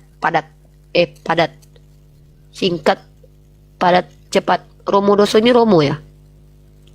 Per, buka mute-nya, Per. Kau tanggapi lah, jujur lah. Tapi kalau jujur pasti meninggalkan Kristen kalau jujur. Bahaya ini hukumnya ternyata nih. Hukum kok nggak ada pilihan Peri. kecuali congkel. Upinku, halo. Peri, kalau nggak ada kau bisa ngobrol, Peri, turun. Kami nggak paksa kau ngomong di sini. Udah, aku kasih kau waktu 2 jam ngomong, cepat. Nggak kaleng-kaleng lu kami umat Islam nih. 2 jam kami kasih kalian ngomong, tapi sesuai dengan tema. Nah, nggak turun kau, ya. Kita naikkan yang lain lagi. Pingsan kau di sini kan? Usah pingsan di sini. Di sini tempat diskusi. Kalau mau jadi berhala jangan di sini. Pergi kalian ke gereja. Nah, kalian bilang pula Nabi Muhammad kejam karena menghukum para penjahat. Giliran Tuhan kalian orang kesenggol tabut aja dihabisi nyawanya. Ya kalau Tuhan kan boleh menghukum. Baca kitabmu itu. Makanya ini dalam suatu negara mayoritas Kristen pun tidak pernah ada membuat hukum diambil atau mengkaji Bible dulu. Nggak ada itu. Rata-rata negara sih survei saya, rata-rata negara itu mengambil undang-undang dasarnya itu mengambil dari Al-Quran, termasuk di Indonesia. Kenapa Al-Quran sangat bijak, gitu loh. Selalu ada solusi gitu loh. Ya kalau mengambil di Bible bagaimana urusannya itu kalau udah begitu? Makanya negara Vatikan pun hukumnya tidak mengambil dari hukum Bible loh. Jadi sudahlah bro, Ya, betul. diskusi itu ayo jujur saja, jujur. Tapi kalau kau jujur, kau meninggalkan yang kau baca itu sih risikonya, susah memang. Makanya mualaf itu kalau dia membaca Bible dengan jujur, ya memeluk Islam dia. Itu kira-kira. Ada yang baru masuk. Halo Putra. Ya, halo. Yuda. Ya, Putra Muslim dan Muslim. Ya, saya Kristen. Oke, standby. Mau bertanya atau menjelaskan? Silakan. Tema kita adalah ajaran kasih versus ajaran rahmatan lil alamin. Halo. Suaranya Ya, putus-putus. Putra. Halo Putra. Kita Ya, di sini halo. diskusi. Ya, kita diskusi di sini temanya adalah ajaran kasih versus ajaran rahmatan lil alamin. Ya. Silahkan Anda jelaskan kenapa Kristen berhak mengatakan bahwa Kristen ini ajaran kasih secara ayat, secara implementasi. Coba. Nah, bentar dulu sebelum kamu menjelaskan. Yuda, halo Yuda, Muslim dan Muslim. Kristen. Oke, silakan. Siapa dulu yang mau menjelaskan? Putra, di situ noise sekali ada suara musik. Kalau bisa tolong yang yang tenang ya, karena kita live kan ini di YouTube ya. Nah, Yuda, kamu mau menjelaskan dulu apa alasan Kristen dikatakan ajaran kasih? Karena kalau itu pertanyaan itu kalau diarahkan kepada kami umat Islam, kami insya Allah bisa menjawabnya, baik itu ayatnya dan implementasinya dan standar-standarnya. Silakan Yuda. Oke, saya mau tanya aja. Oke, pertanyaannya apa? Kan kalau kami kan berdoa kan pada Yesus, pada Tuhan kami. Kalau kami memang kalau Tuhan kami itu bukan Tuhan yang benar, Tuhan yang salah, kenapa doa-doa kami terlalu dikabulin? Gitu. Seharusnya kan kalau Doa memang, kamu dikabulin? seharusnya kalau memang bukan Tuhan yang salah, Tuhan yang benar kan harusnya tuh doa-doa kami kan tidak harus dikabulin kan? Ini membuat Coba kami minta sekarang kamu menikah sama Agnes menikah. Enggak, sekarang juga minta sama di depan kami ini, buktikan kalau Tuhanmu mengabulkan langsung.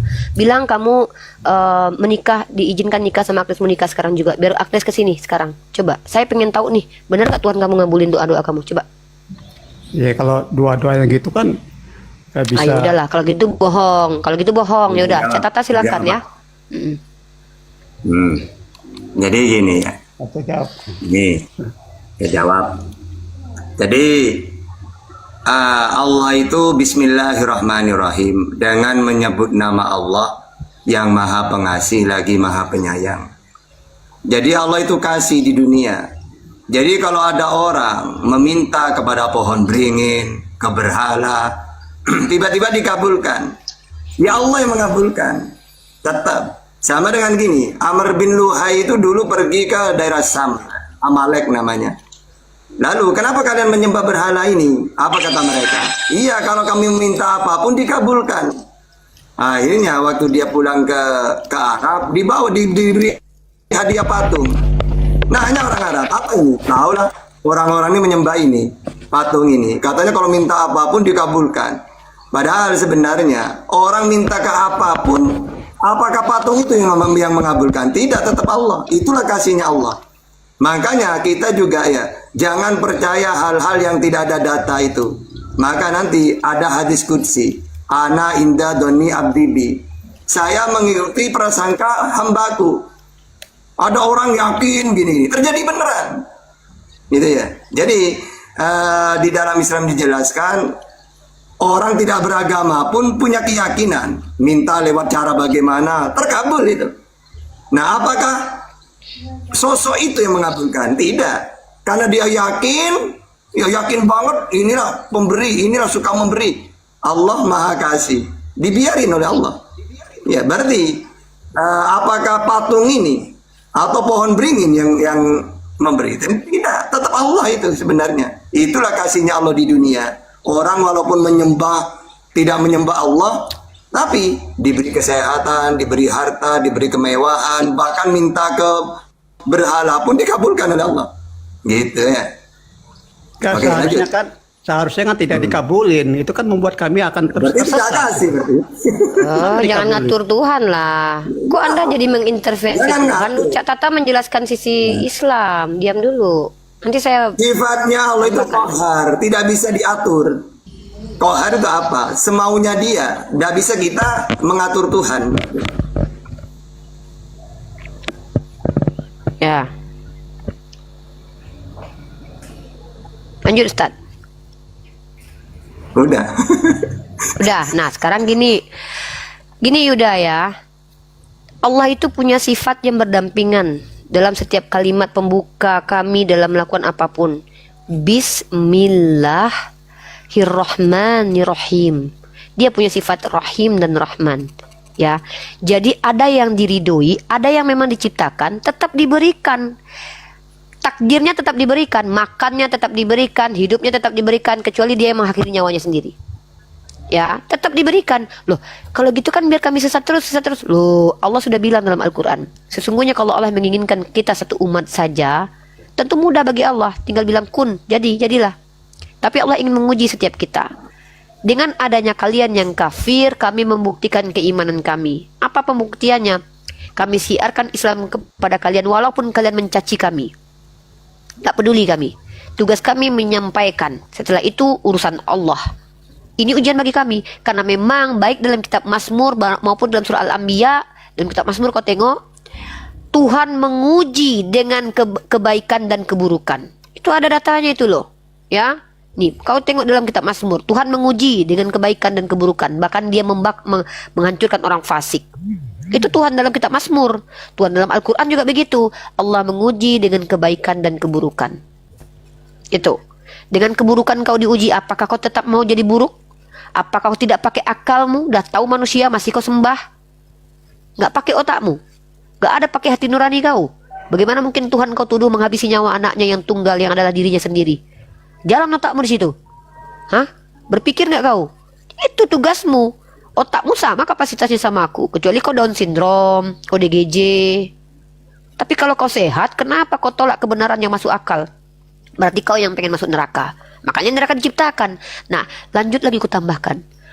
Ku balik bertanya samamu, ya, pertanyaan ini harusnya pertanyaan yang bermanfaat buatmu.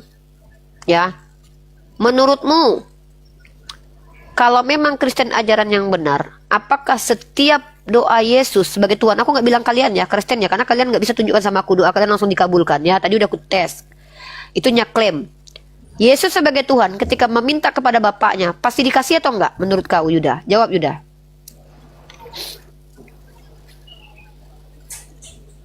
Ya mungkin dikasih, saya kan nggak tahu ceritanya. Oke, mungkin Lukas pasal 23 nomor 34. Yesus berkata, "Ya Bapa, ampunilah mereka sebab mereka tidak tahu apa yang mereka perbuat." Si Yudas masuk surga atau masuk neraka menurut imanmu?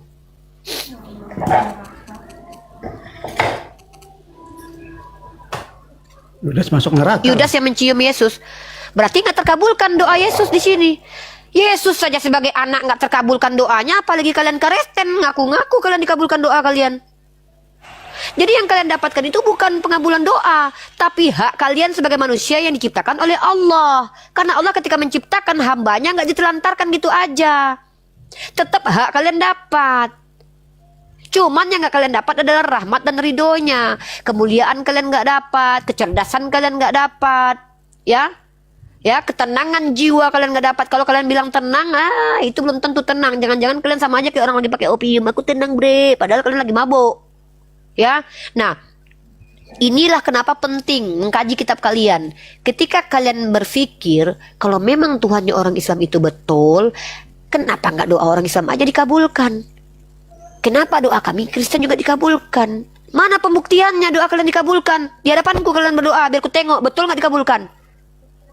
Kalau kami nggak pernah ngeklaim setiap doa aku dikabulkan Allah. Kenapa?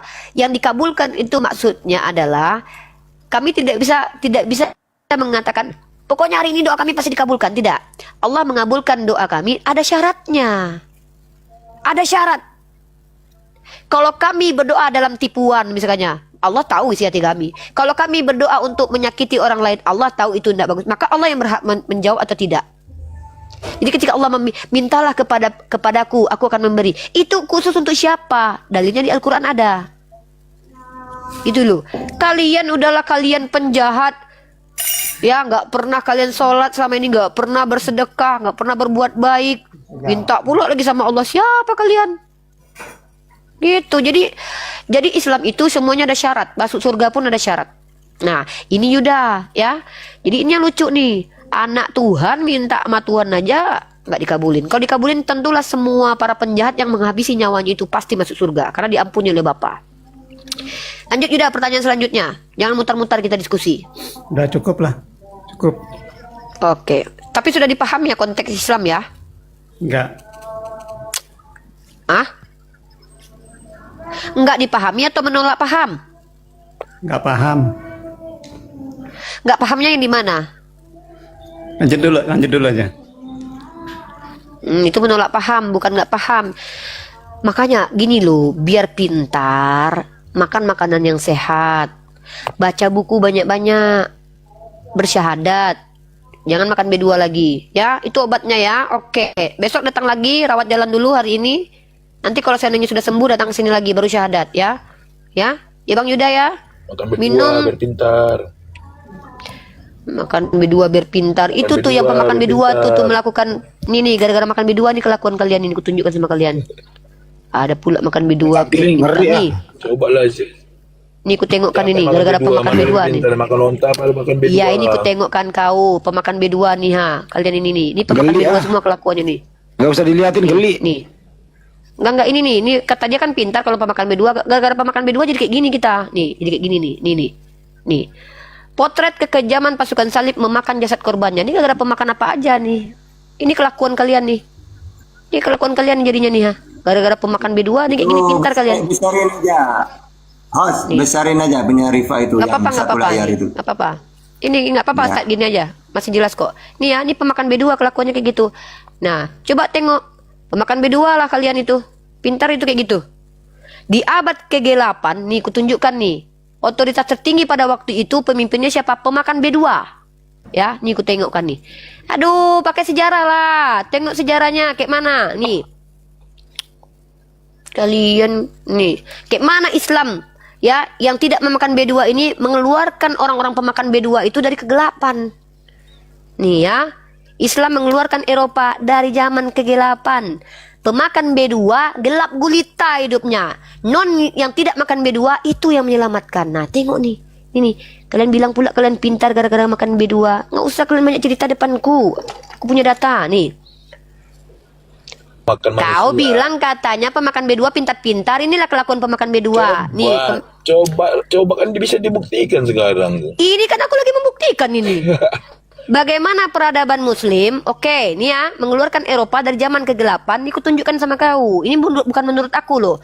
Ini pendapat para skolar ya. Nih, kutunjukkan ini. Nah, ini nih kelakuan pemakan B2 kayak gini nih. Ini nih pemakan B2 nih. Ini pemakan B2 tuh. Nah, yang dulu tunggu dulu. Kau kan bilang pemakan B2 pintar-pintar. Nah, nih, aduh.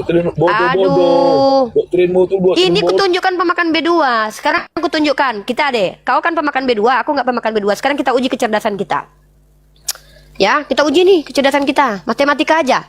1 tambah 1 tambah 1 berapa? Tes antara pemakan B2 Kau dan kan tidak. pintar. Tes. Ini kita lagi uji ya antara pemakan B2 dan yang tidak makan B2. 1 ditambah 1, 1 ditambah 1 sama dengan 2 ditambah 1 lagi sama dengan 3. Sekarang kau jawab. Pemakan B2 kayak gini kelakuannya kalau ditanya matematika kabur.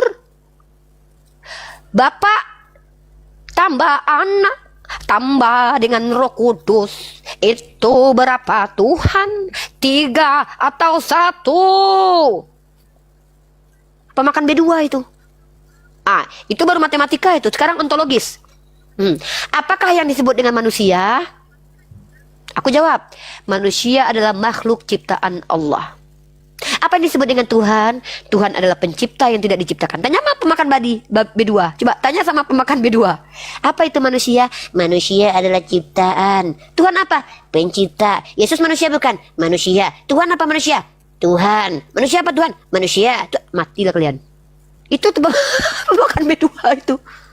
Muji-muji pula. Pemakan babi itu merusak akal sehat. Bisa membedakan mana manusia, mana Tuhan. Itulah resikonya makan babi, coy. Iya. Nih, karena ini nih akibat tidak makan B2 nih. Ini akibat tidak makan B2 ya. Ini nih, tahu kalian siapa ini? Ini nih. Ini kalau nggak makan B2 jadi cerdas kita. Kayak gini nih. Kayak gini nih. Nah, kayak siapa? Kayak bunda ini nih. Kayak bunda ini nih. Ini perempuan nih. Aku nggak usah lah kalian bilang otak separuh, otak separuh. Kalian bilang kami otak separuh, otak separuh. Kalian nggak tuh terima kasih kalian sama orang Islam. Perempuan Islam nih. Cenggol bos. Nih. Tahu kalian? Siapa ini? Baca ini. Punya kalian data ini? Nggak punya kan? Kalian nggak pernah baca. Fatimah Al-Fihri, perempuan Muslim, pendiri universitas pertama di dunia. Woi, nih pemakan B2 ini. Ini pemakan B2 kayak gini. Ini kalian bilang ini nggak pintar ini. Pendiri fakultas pertama aja dia kok. Ini kami ini loh. Kami umat Islam itu kalau bicara pakai data, nggak pakai kebencian kami. Tahu kalian?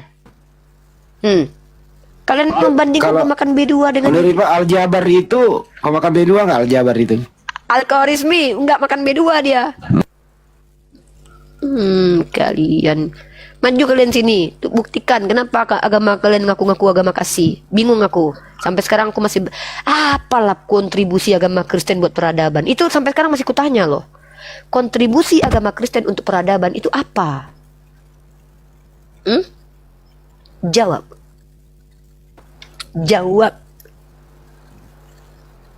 Kalian giliran nanya ke Islam kalian suruh kayak budak kalian. Jawab itu, jawab itu, jawab itu.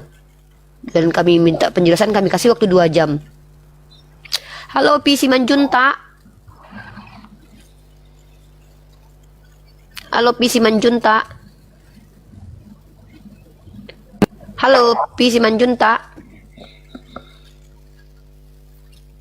Dulu pernah nantang pendeta itu loh. Apa kontribusi Bible memperjuangkan kemerdekaan dan mengisi kemerdekaan? Gak ada yang bisa jawab. Ada Bang Adi, tampar pipi kiri kasih kanan. Kontribusinya buat para londo ireng. Ya harus memaafkan para penjajah. Mata juga. Giliran ditanya matematika nggak bisa jawab, ditanya ontologis nggak bisa dijawab, bahasa pun nggak ngerti nanti. Apakah artinya membenci ini? Barang siapa yang tidak membenci ibunya bapaknya, oh itu bukan membenci, artinya itu meninggalkan. Kalian bilang pula kalian cerdas. Giliran di situ tertulis membenci jadi meninggalkan.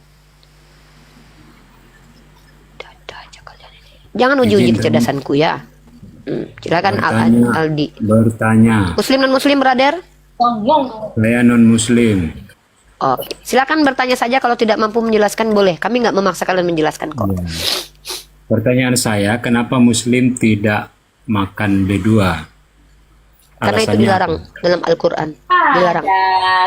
Alasannya Allah dilarang memerintahkan kami karena perintahnya memakan makanan halal dan thayyiban, dan Alasannya ditanya memakan dilarang. makanan halal. Astagfirullah. Alasannya dilarang karena apa? Saya menjawab, jangan diulang-ulang pertanyaan saya, nggak budek. Ini alasannya 6145. Di situ audaman masfuhan aulah makhinjir atau daging B2. Fa innahu, karena sesungguhnya B2 itu rijesun au fiskon. Rijesun. Nah, itu alasannya di situ. Karena karena sesungguhnya daging B2 itu sesungguhnya semua itu kotor. Nah, gitu ya. Itu Kotor. Oke. karena Sekarang pertanyaan berikut. Pertanyaan saya berikutnya. Kencing onta Belum najis atau selesai loh. Belum selesai Saya dijawab kan, Cak Tata. lanjut Pak. Bukannya kan najis. Kencing onta najis atau tidak? Kencing onta itu Enggak di najis. dalam Islam itu Nabi itu untuk orang itu karena dia sakit. Karena Nabi. Coba baca Dari hadis. pembenaran kamu ini. Coba baca hadis. Sebentarlah kau. najis, Kau berarti bertanya, najis, ya. orang menjawab, kau udah ketawa. Nggak ada mu Kristen kali kau lo di sini loh. Nampak kali Kristenmu. Biarkan kami menjelaskan dulu. Udah kami kasih kesempatan kalian bertanya tentang Islam. Nanti kalau aku komparasi ada nggak larangan minum kencing manusia di kitabmu? Ketawa kami tertindas, kami disakiti, ajaran kami dihina-hina. Ada nggak pengharaman minum kencing manusia, kencing mamakmu di agamamu? Ada nggak larangannya? Tunjuk sama aku ya ayatnya. Kita lagi diskusi. Kau colok pantat keledai sanalah. Lanjut Cak Tata. Iya, jadi hadis Jelasin dulu, Tat. Jelasin dulu. kan Lanjut Cak Tata. orang itu nanya kan, ya Rasulullah, saya ini sakit seperti ini, demam apalah, karena ini pendatang orang ini. Nah, karena cuacanya tidak cocok, biasalah orang kalau pindah-pindah tidak cocok cuaca itu sakit. Akhirnya oleh Rasulullah, pergilah kamu, di sana ada orang pengembala. Nanti unta, kamu meminta susu dan air kencingnya. Nah, sembuh beneran. Nah, tapi orang ini tidak mau balas budi. Ya malah untanya diambil, orangnya dibunuh. Gitu. Jadi kata ulama itu. Nah, kalau ada orang sekarang diteliti ternyata memang mengandung obat. Terus orang dengan niat obat tidak masalah. Karena memang hadis itu Nabi mengobati itu. Bukan kalau framingnya Kristen kan, kenapa Nabi mau memerintah minum kencing loh? Seakan-akan secara umum kan. Gitu. Oke, lanjut. Prinsipnya kan itu hanya solusi. Kalau saya sakit nih, tidak ada lagi obat. Solusinya saya minum itu. Itu bukan kewajiban. Itu solusi di saat dalam keadaan darurat. Emang zaman dulu ada apotek 24 jam ya? Ada nggak? Zaman dulu, zaman Nabi. Ada nggak? Kalau ada tolak angin, mungkin tolak angin yang suruh waktu itu. Nah, itu belum ada tolak angin. Itu maksudnya. Jadi Islam itu selalu ada solusi, nggak boleh mati konyol, coy. Lanjut. Nah, ini mau kasih data ya. Yang lucuannya Kristen ini sok-sok jijik sama kencing onta. Kalian makan kencing manusia aja nggak ada larangan kok, karena segala sesuatu halal bagi kalian. Bahkan Agatha sendiri yang mengatakan, kupingmu aja halal bagiku, kata si Agatha nih. Segala sesuatu halal bagiku. Jangankan kencing onta. Kencingku aja boleh kalian minum. Kamu nggak ngerti Boleh ayat itu kalian kok, kutip ayat itu. Segala sesuatu halal bagi kau. Giliran aku kutip ayat, kau tantrum, kau bilang kau nggak ngerti. Giliran kami menjelaskan, kau ketawa-ketawa, nggak ada otakmu. Inilah kau Kristen kali kau memang. Kau tadi dijelaskan Aduh. catatan, kau ketawa-ketawa. Giliran aku cuman membaca Ya. aja, kau udah tantrum. Aku lagi baca loh. Diam dulu kau lagi Aku dibaca. diam dulu lah kau, kan udah kami suruh di sini, dah boleh kau di sini kecuali kau punya ilmu. Ku besarkan kau, tunjuk datamu. Aku di sini edukasi loh. Kau tengok di sini. Segala sesuatu halal bagiku, tetapi bukan semuanya berguna. Aku tanya sama kau, kalau berguna minum kencing unta, kau haram nggak minum kencing unta di agamamu? Satu lagi dong nih, Kau ya mana saya. larangan minum kencing unta dalam Nih satu lagi nak, ya nih, ya saya Ali. 3612. Itu langsung kencing itu diminum. Ya saya 3612. Ya. Duh. Tampilkan dia tabok dia. Ya saya. 3612. Ya saya 36. 12. Mana nih? Bentar. Ya saya 3612. Udah lambat. Bentar Bang Andi. Apa signalku lagi bermasalah nih? Saya baca aja. Signalku lagi bermasalah. Ya baca aja Bang. Ini nih. Tetapi juru minum agung berkata, adakah tuanku? Ah itu. Baca dulu dah. Adakah Tuanku mengutus aku untuk mengucapkan perkataan-perkataan ini hanya kepada Tuanmu dan kepadamu saja? Bukankah juga kepada orang-orang yang duduk di atas tembok yang memakan tainya dan meminum kencingnya bersama-sama? Aduh. Aduh, aku kalau baca ayat ini nggak bisa makan aku nih Bang. Bang Andi, aku nggak tahu kalau ini ayat ini kasih. Aduh, aku paling malas baca ayat ini tahu. Makan tahimu minum kencingmu bro. Itu udah bebel tuh. Masih mau kau datang besok? Nggak salah, kan bukan yang keluar, yang masuk ke mulut yang bahaya. Semuanya bisa.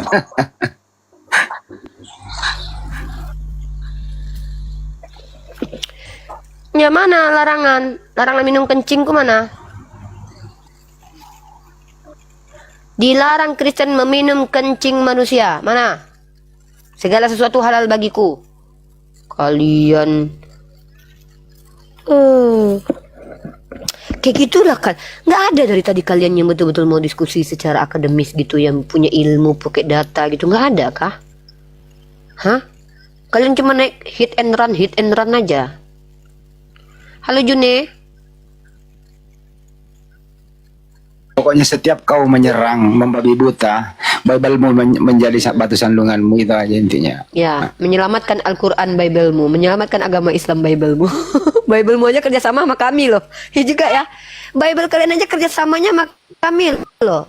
Yesus kalian aja komprominya sama kami loh. Lucu kalian ya. Pada kitab kalian loh.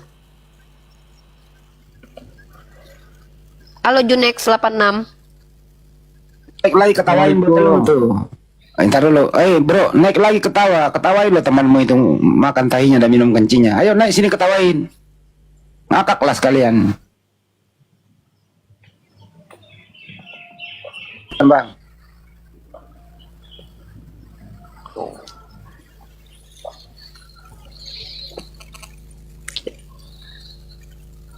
Ustaz Tata, apakah Kalian sih niat diskusi kalian tuh ingin menghujat Ustaz, agama Islam. apakah hukum Islam itu statis, tidak dinamis dalam kondisi darurat? Contoh misalnya, boleh nggak sih kita berbohong dalam keadaan kemaslahatan, menyelamatkan kemaslahatan atau menyelamatkan nyawa manusia? Boleh nggak kita berbohong, Ustaz? Iya, bahkan wajib, ada yang wajib. Karena Islam itu melihat kemaslahatannya. Kalau kemaslahatannya lebih penting, lebih besar, maka itu didahulukan. Ya contohnya tadi itu, ada orang mau dibunuh itu. Ya, terus sembunyi di rumah saya. Ada handi tata, orangnya bawa parang, udah.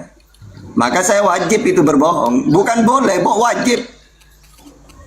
Karena kalau nggak diberi hukum seperti itu, bahaya nanti. Karena menyelamatkan nyawa itu lebih besar kemaslahatannya daripada hanya cuma bohong gitu. Tapi kalau Oten enggak, Ustaz. Kalau zaman Belanda dulu nih, ada si Pitung bersembunyi di rumahnya. Kebetulan dia Oten, ada Belanda nyari. Mana si Pitung? Dia nggak boleh berbohong. Karena si Pitung ada di rumahnya. Ya terpaksa ya, si Pitung ada di dalam. Kan kurang ajar. Untungnya si Pitungnya jadi ayam di situ. Enggak, tapi itu kan kata orang Kristen kan Bang Handi. Sebenarnya nggak gitu loh. Tuhannya Bani Israel sendiri menyelamatkan Rahab gara-gara berbohong loh. Nih, Rahab itu dia menyelamatkan orang Israel dengan berbohong loh. Dan bukankah demikian juga? Padahal dia pesundal loh. Dia pesundal selamat gara-gara berdusta loh. Dan bukankah demikian juga Rahab pesundal itu dibenarkan dia bang, karena perbuatannya ketika ia menyembunyikan orang-orang yang disuruh itu di dalam rumahnya, lalu menolong mereka lolos melalui jalan yang lain. Jadi ketika orang Yeriko datang ke Rahab, mana laki-laki Israel itu udah ke sana kata dia, padahal disimpan dia di sotohnya di rumahnya, kan bohong dia itu. Tapi justru dia diselamatkan Tuhan. Nah makanya bingung saya nih, orang Kristen ini Tuhannya kayak mana nih? Tuhannya ini kok Tuhan Bapak sama Tuhan Anak kok kayak bertentang gitu. Tuhan Bapak menyelamatkan pesundal loh gara-gara berbohong loh. Giliran Kristen bilang Tuhannya nggak ngizinin bohong. Apa itu? Ada satu, ada satu nih yang ada solusinya. Matius 19 nomor 6 itu orang yang dipersatukan Tuhan tidak boleh dipisahkan. Dia ambil alternatif. Ada solusi nomor 9-nya, boleh berpisah kecuali zina. Itu doang solusinya. Berzina dulu kalau pengen cerai gitu ya. Itu nih. Jadi kalau kita lihat, makanya saya bingung orang Kristen yang ngajarin mereka tuh siapa gitu loh.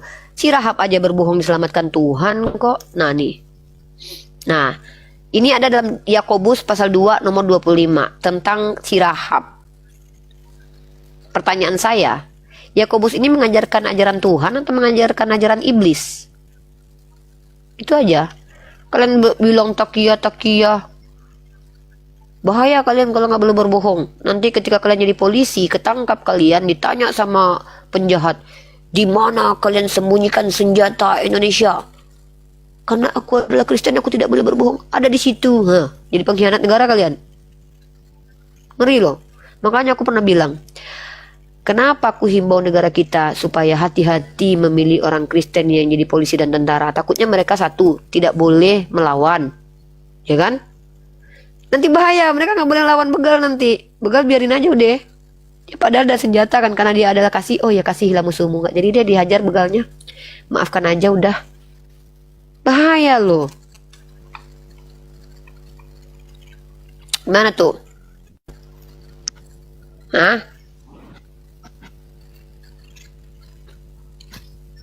Halo Lalajo.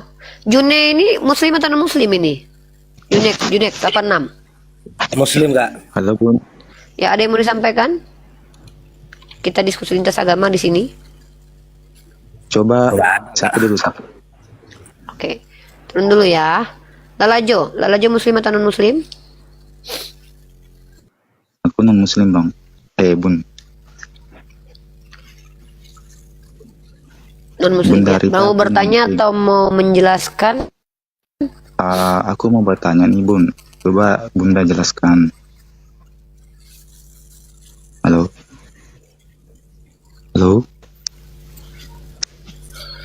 Ya silakan. Ya halo. Coba Bunda jelaskan. Ya lanjut. Kenapa titelnya ayahnya Nabi Muhammad itu bernama Abdullah, sedangkan jelaskan apa brother? Islam belum ada pada saat itu. Nabi Muhammad bernama Abdullah, maksudnya apa nih? Ayahnya Nabi Muhammad namanya Abdullah, sedangkan Islam belum ada. Udah langsung saya jawab. Jawatan. Jadi gini, karena Allah itu sudah dikenalkan. Tunggu, Allah itu sudah dikenalkan oleh Abraham. Diam dulu tuh dijelasin ketika tuh. dia wa'id yarfa'u Ibrahimul qawaida minal baiti wa Ismail Rabbana taqabbal minna. Al-Baqarah 127. Lalu pastikan dia memperkenalkan Tuhan itu ya Allah kepada Ismail. Lalu Ismail itu selamanya ada di situ. Mana ayatnya? Ibrahim 37. Rabbana ini askantum min dzurriyyati biwadin ghairi dzi jarin inda baitikal muharram. Ya Allah, sesungguhnya aku meletakkan Ismail ini selamanya di sini. Di Ka'bah itu, di Mekah itu, di Quraisy itu. Lalu nanti ada Bani Jurhum. Jadi turun temurun Allah itu. Makanya di zamannya ayahnya Rasulullah, Abdullah hambanya Allah, karena memang tahu Allah itu Tuhan. Orang Arab itu tahu Tuhan itu Allah. Lalu di Bani Huza'ah itu mereka tertarik kepada ajaran pagan, menyembah Allah pakai perantara berhala. Makanya orang Quraisy itu sebelum Nabi Muhammad diutus, ketika ditanya, "Wala in sa'altahum man khalaqas samawati wal ardi wa sakhkhara syamsa wal qamar, la yaqulanna Allah." Ketika ditanya kepada mereka, siapa yang menciptakan langit dan bumi dan siapa yang menundukkan matahari dan bulan, mereka tak jawab berhala, tapi menjawab Allah. Mereka tahu Allah itu mulai dari Abraham, Ismail, Bani Jurhum, Bani Huza'ah. Terus kalau ditanya, kenapa kalian menyembah berhala kalau Tuhan itu tahu Allah? Liyuqarribuna ilallahi julfa. Saya menyembah berhala, menyembah Allah pakai perantara berhala. Gitu ya. Jadi Allah ini sudah turun temurun mulai dari Ibrahim. Cuma mereka nanti pada akhirnya sesat, menyembah Allah ini pakai perantara berhala gitu. Oke.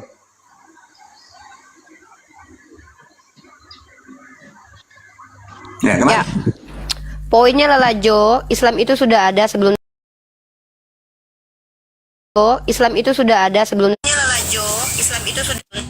kata aslam, ketundukan kepatuhan kepada aturan Allah. Allahu a'lam bishawab. Itu pelengkap ya, tambahan saya lah. Lanjut. Silakan Lalajo, mau menyanggah silakan pakai data. Kalau nggak mampu menyanggah, bertanya pertanyaan yang lain. Jangan mutar-mutar kita diskusinya.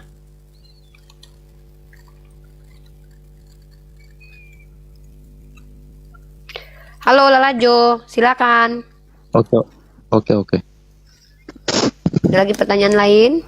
Lola aja ini Muslim Kristen sih. Nonis katanya tadi. Yo, Muslim apa Kristen bro? Bro ditanya Muslim Kristen. Aku Kristen bang. Oh ya silakan nanya lagi bang. Ya. Orang Kristen di sini kami kasih kebebasan bertanya tentang Islam, tapi bukan menghujat dan bukan juga menyimpulkan apa yang kalian nggak tahu. Kalau kalian merasa jawaban kami tidak sesuai dengan sisi akademik, silakan tunjukkan antitesis dari jawaban kami. Kami terima itu sebagai ladang ilmu buat kami ya, keilmuan. Tapi kalau kalian nggak tahu apa-apa, cek dulu, cross check dulu, datang lagi nanti untuk mendebat kami. Itu pun kalau kalian mampu menunjukkan apa yang kami jelaskan itu salah. Ya, tapi kalau kalian nggak tahu apa-apa, jangan sosok mengajari kami, karena kami akan berlaku tegas kepada kalian. Ya. Silakan, Lalajo, pertanyaan selanjutnya.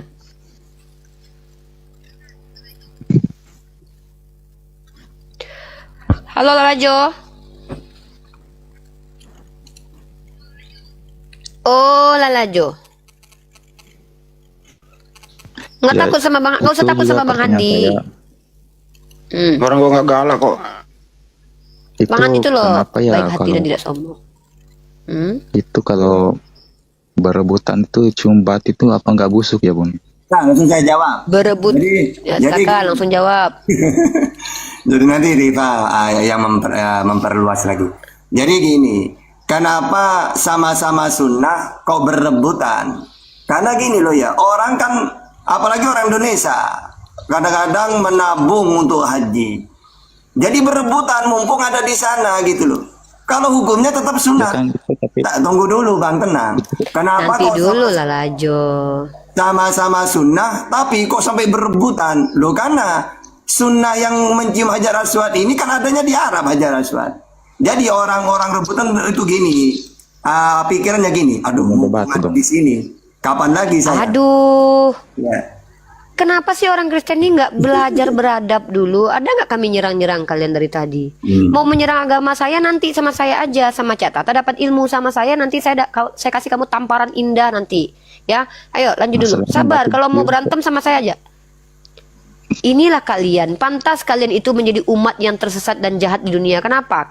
Kami kasih kalian tempat untuk belajar, kalian menghujat. Iya, Berarti kau bilang Jokowi itu penyembah batu. Terang-terangan dulu biar seluruh YouTube menyiarkan ini. Jokowi penyembah batu. Pak Prabowo penyembah batu. Dia aja penyembah batu. Soekarno penyembah batu. Jawab. Jelaskan dulu. Megawati itu penyembah batu. Hei, kalau kau bilang Islam itu adalah agama penyembah batu, jujur kau bilang. Apakah seluruh umat Islam di dunia ini menyembah batu? Jawab. Inilah kalian orang Kristen dikasih Sekarang tempat pun masih untuk Muslim, bertanya tentang Islam, nyerocos sendiri, nggak ada adab. Kristen banget kalian itu loh, kayak penjajah yang datang ke Indonesia ngatur-ngatur, dia pula emang adu domba. Itulah kelakuannya. Dikasih tahu sama Cak Tata malah nyerocos. Saya tahu kalian itu adalah orang-orang jahat. Saya tahu itu, Allah saya yang katakan. Kalian nggak senang dengan kami. Kalian tidak pernah senang kepada kami sebelum kami ikuti kalian. Tapi tolong biarkan dulu guru kami bicara. Bukan untuk kau, untuk netizen yang nonton. Jangan ganggu. Di komal kami kau pula ganggu kami. Nanti kutunjukkan siapa penyembah batu. Lanjut Cak Tata. Oke. Jadi kalau masalah menciumnya sampai rebutan itu tetap hukumnya sunnah, cuma orang berdesakan itu karena dalam pikirannya kapan lagi saya melakukan apa yang dilakukan Rasulullah. Wong cuma adanya Rasulullah pernah mencium Hajar Aswad. Hajar Aswad hanya ada di Mekah. Nah mumpung ada di sana tentu saja tidak akan menyanyiakan. Ya kalau orang Arab di sana Dah usah rebutan ngapain gitu loh ya. Tapi bagi orang yang cuma seumur satu kali ini ke sana. Itu. Yang kedua, kalau masalah sujud itu tidak ada hubungannya dengan batu. Karena yang jadi kiblat itu tanahnya. Andai kan ada banjir besar, rata sudah hilang dengan Hajar Aswadnya, bangunannya rata, ya tinggal dibangun lagi. Apalagi Arab kaya, malah dibangun canggih nantinya ya. Nah, itu arah bed di situ menyembah Allah, menghadap ke bait Allah. Sama seperti gini. Aku hendak sujud ke arah yang kudus, memuji namamu. Coba di sini. Aku hendak sujud ke arah bedmu. Jadi orang-orang Samawi itu, ajaran Samawi, menyembah Allah, tapi oleh Allah diberi arah kiblat. Kalau kamu menyembahku menghadap ke satu tempat ini yang aku tentukan. Ini di dalam Mazmur 138 ayat 2 sama. Bahkan Nabi Muhammad sendiri 16 bulan menghadap ke Baitul Maqdis itu, kiblat di situ. Lalu turun ayat qad nara taqalluba wajhika fis sama. Falanuwalliyannaka qiblatan tardaha. Fawalli wajhaka syatral Masjidil Haram. Lalu disuruh pindah ke Ka'bah. Karena Ka'bah itulah adalah kiblat yang pertama. Inna awwala baiti wudi'a linnas lalladzi bi Bakkah. Ali Imran 96. Orang Yahudi mengatakan, "Wahai Muhammad, kenapa kiblatnya pindah? Padahal kiblat pertama itu adalah Baitul Maqdis." Akhirnya turun ayat, katakan Muhammad, justru kiblat pertama ini adalah Ka'bah. Karena yang membangun Ka'bah Abraham. Sedangkan kiblat di Israel itu minimal Yakub, Salomo. Lebih dulu mana bangunan Salomo dengan bangunan Abraham? Tentu saja lebih tua bangunan Abraham karena Abraham ini kakeknya.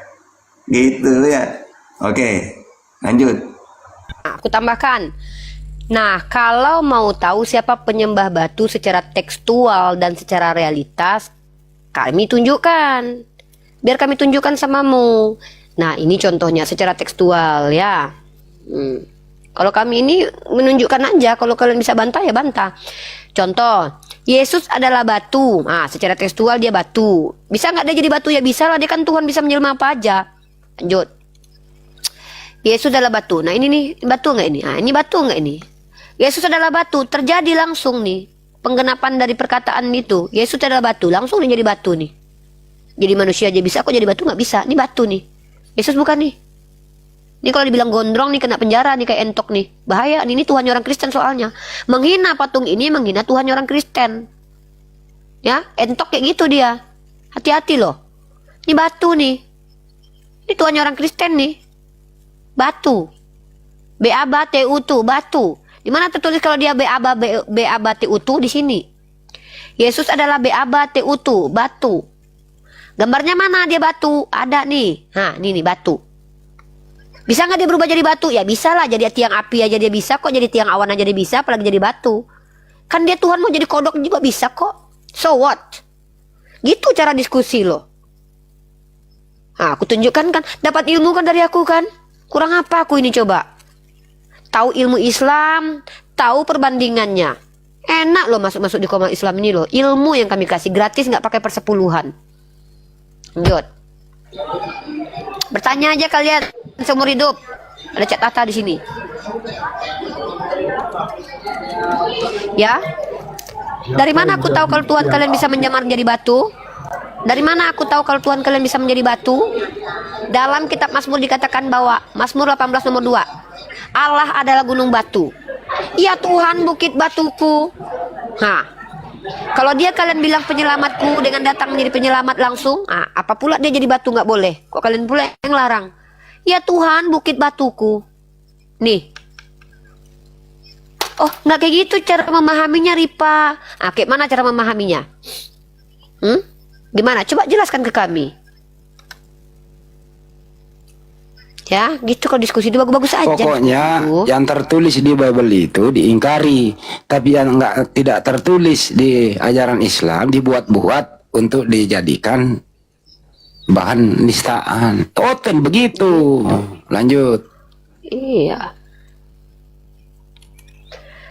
Tanya aja ya. Kami berharap kalian bertanya. Kami ini hadir untuk mengedukasi, bukan untuk mencaci maki dan menyerang kalian supaya kita berantem, enggak. Kalau kalian mau berantem sama aku terima kok. Karena dalam Islam itu kalau musuh datang kami nggak boleh lari. Aku pantang cari musuh, musuh datang aku nggak kabur. Apalagi keluar negeri kayak Taipudin tuh. Halo Pak Barata 912. Kesimpulannya, setiap kalian menista, setiap kalian apapun itu, Bible menjadi jawabannya. Iya. Itu aja. Bible. Betul. Hah. Coba Pak Barata. Selamat siang. Ya, katanya Uniripa kebanyakan minum kencing onta katanya ini. Ya, ayo kita uji yuk. Kau balikan aku 10 jerigen kencing onta biar aku minum, tapi kau minum 1 sendok racun aja. Saya sanggah sedikit Ya? tadi. Yang mana yang kau sanggah, Bang? Saya sanggah sedikit tadi yang Kak Uni tadi ngomong, yang mengenai ayat-ayat tadi tuh. Yang mana ayatnya? Batu penjuru, batu dan segala macam itu. Mbak, gak usah tafsir ayat Alkitab dengan sembarangan, Mbak. Nggak pernah saya tafsir. Tafsir Gak artinya usah apa? tafsir, itu batu itu cuma Tafsir perumpamaan, artinya bukan apa? Yesus itu batu. Tafsir artinya apa? Saya baca kok buat tafsir. Kamu bisa nggak bedakan membaca itu dengan tafsir? dibilang Yesus batu itu bukan batu, itu cuma. Bisa nggak Tuhan mau jadi batu? Bisa Tuhan mau jadi batu? Bang jadi manusia aja Bang bisa. Iya, kok kau pula yang membatasi Tuhan mau dia mau jadi manusia aja bisa. Bilang jadi manusia bisa. Jadi batu nggak bisa gitu. Kok kayak gitu tuh? Kok hipokrit kali kalian? Tampilin lagi datanya Yesus itu batu, kok tertulis kok nggak ditafsir. Itu tertulis kok, bukan aku mentafsir. Tafsir itu dari kata fasara, mengeluarkan makna. Aku hanya membaca. Di situ tertulisnya, nih aku bacakan. Yesus adalah batu penjuru yang dibuang tukang bangunan. Nah, Mazmur 18 nomor 2. Tuhan bukit batuku. Tuhan bukit batuku. Aku tengokkan fotonya. Ada nggak Yesus yang versi batu? Ada versi manusia. Ada apalagi versi batu nih. Yesus versi batu mana? Ini dia. Yesus versi batu. Yang versi manusianya juga ada kok. Udah pergi dia ke surga. Yang versi batu ada nih. Masih tinggal di dunia nih. Nih. Yesus versi batu nih. Yang versi manusianya ada. Ada. Udah pergi dia ke surga. Ke rumah papa. Kata orang Kristen. Walaupun aku nggak percaya. Nih Yesus versi batu nih. Paling besar nih. Mana ini adanya nih? Coba kita lihat. Tanah Toraja nih. Ada di Indonesia kok. Pergilah kalian tengok Yesus versi batu. Yesus versi roh di perjanjian lama menurut kalian. Versi manusia abad pertama udah pergi. Ini versi batu nih. Ini dibuat nama kalian Yesus versi batu. Ini Yesus bukan? Bang Barata ini Yesus bukan? Ini Yesus bukan nih? Ini patung banyak nih Yesus batu nih. Yesus versi batu. Yesus versi manusia ada gambarnya. Mau kalian yang mana? Yang nggak ada gambarnya itu Yesus versi roh. Gak tahu aku gambarnya kayak mana. Yesus versi manusia ada gambarnya. Yesus versi batu ada gambarnya. Kok aku pula yang kalian bilang salah? Lucu-lucuannya kalian yang buat patungnya sendiri.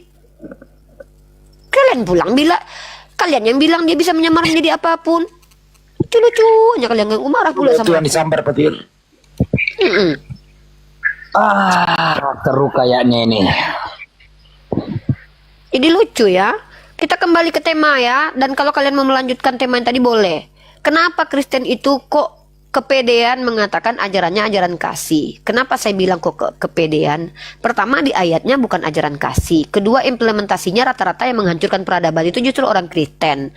Nah, apa alasan kalian kok pede kali mengaku di hadapan kami Islam, di komal-komal diskusi mengatakan kalian ajaran kasih? Coba tunjuk data di dalam kitab kalian dan tunjuk realitas konkretnya. Kalau ditanya sama aku kenapa Islam berhak mengatakan mereka adalah ajaran kasih, aku bisa tunjukkan datanya, aku bisa tunjukkan realitasnya dalam sejarah. Nah, gitu diskusi gitu aja lah, nggak usah banyak basa-basi kita. Lanjut. Coba dari akidah Islam itu ajaran kasih di mana? Ajaran kasih dalam Islam itu memerintahkan kami supaya adil, bukan mengasihi musuh. Ya, kami tidak diajarkan menjadi psikopat dan bekerja sama dengan penjahat. Adil, bertindak sesuai dengan porsinya, berikan seseorang itu pada porsinya. Kalau dia jahat, hukum. Kalau dia baik, dia akan dikasihi. Itu kami. Nah, mana implementasinya? Terbukti ketika Umar Ibn Khattab mengambil kunci pada Sopronius, Yerusalem itu damai di bawah pemerintahan khalifah. Yahudi ke sinagog, Kristen ke gereja, Islam ke masjid. Aman, damai. Lanjut. Bagaimana Islam kemudian menjadi agama rahmatan lil alamin, ya, yang mengeluarkan Eropa dari zaman kegelapan. Pada waktu itu otoritas tertinggi adalah gereja. Ngeri kawan, kayak gini kelakuannya nih. Ya, pada waktu itu mari kita lihat data yang ada di National Geography. Islam menjadi rahmatan untuk seluruh alam. Bagaimana peradaban Muslim mengeluarkan Eropa dari zaman kegelapan. Nah, di sini dikatakan bukan oleh seorang Islam tapi seorang scholar. Ya, siapa skolarnya? Ini kutunjukkan. Ilmu pengetahuan Arab segera mulai menyaring dan pada pertengahan abad ke-13 tetesan itu telah menjadi sungai. Lanjut. Ilmuwan pertama Inggris Adelaar of Bath menjelaskan apa yang dia pelajari daripada master Arabnya dengan kata-kata berikut. Dari para ahli Arab. Aduh, saya lagi baca. Nanti kalau saya sudah selesai tunjukkan data, kamu tanggapin. Dari para ahli Arab, saya telah belajar satu hal. Dipimpin oleh akal. Nih makanya keluar dari kegelapan gara-gara dipimpin akal nih. Kalau nggak berakal nggak keluar nih dari zaman kegelapan. Terjadi kayak gini nih yang dilakukan sama patriark gereja nih. Nah, nih gereja nih, ini pihak gereja nih. Ya, Hansip Romawi dan orang-orang gereja. Karena itu zaman kegelapan. Nah, lanjut. Dari para ahli Arab saya belajar satu hal, dipimpin oleh akal. Sementara Anda tertangkap oleh citra otoritas. Siapa yang dimaksud Anda? Orang Kristen. Karena pada waktu itu kalian dipimpin, ya, orang Kristen memimpin sebagai otoritas tertinggi pada zaman kegelapan. Lanjut. Ya. Ilmuwan lain dari Renaissance abad ke-12 yang berhutang budi kepada ilmuwan Muslim adalah Roger Bacon, Witello, Albertus Magnus, Adam Mars, Arnold de Villeneuve, Peter dari Abano dan Daniel dari Morley.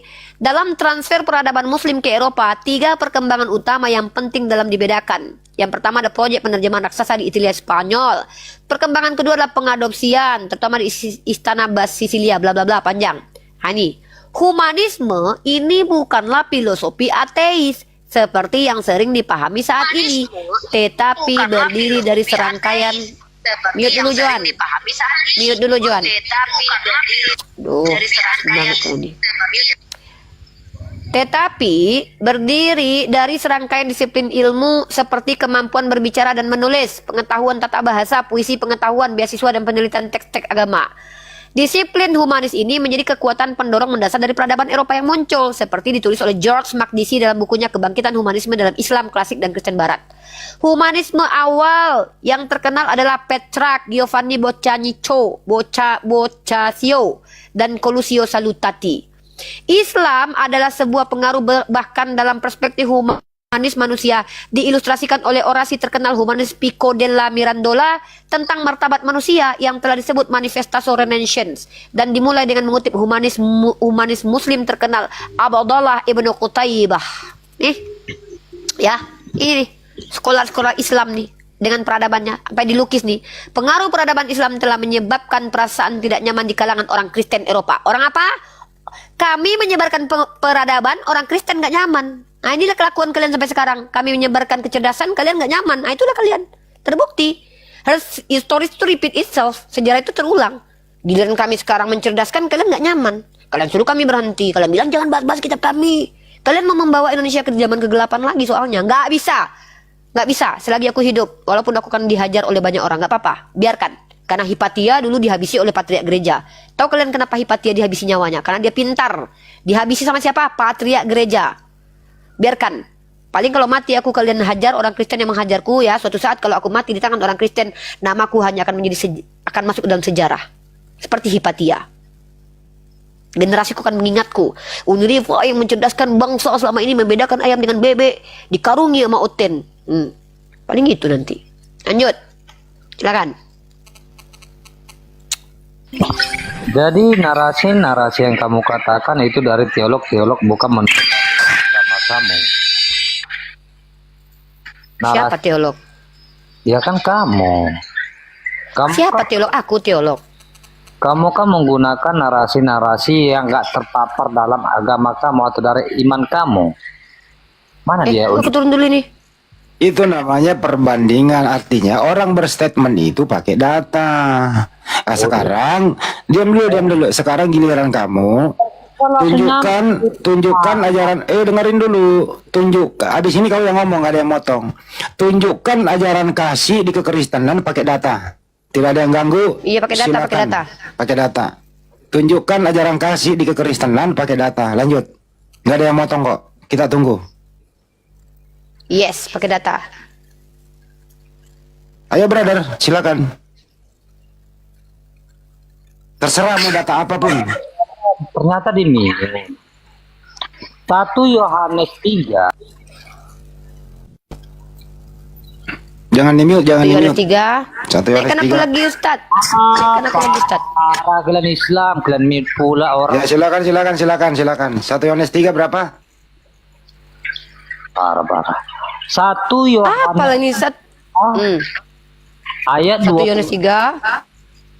Ayat 23. 23. Dan inilah perintahnya itu supaya kita percaya akan nama Yesus Kristus anaknya, dan supaya kita saling mengasihi sesuai dengan perintah yang diberikan Kristus kepada kita.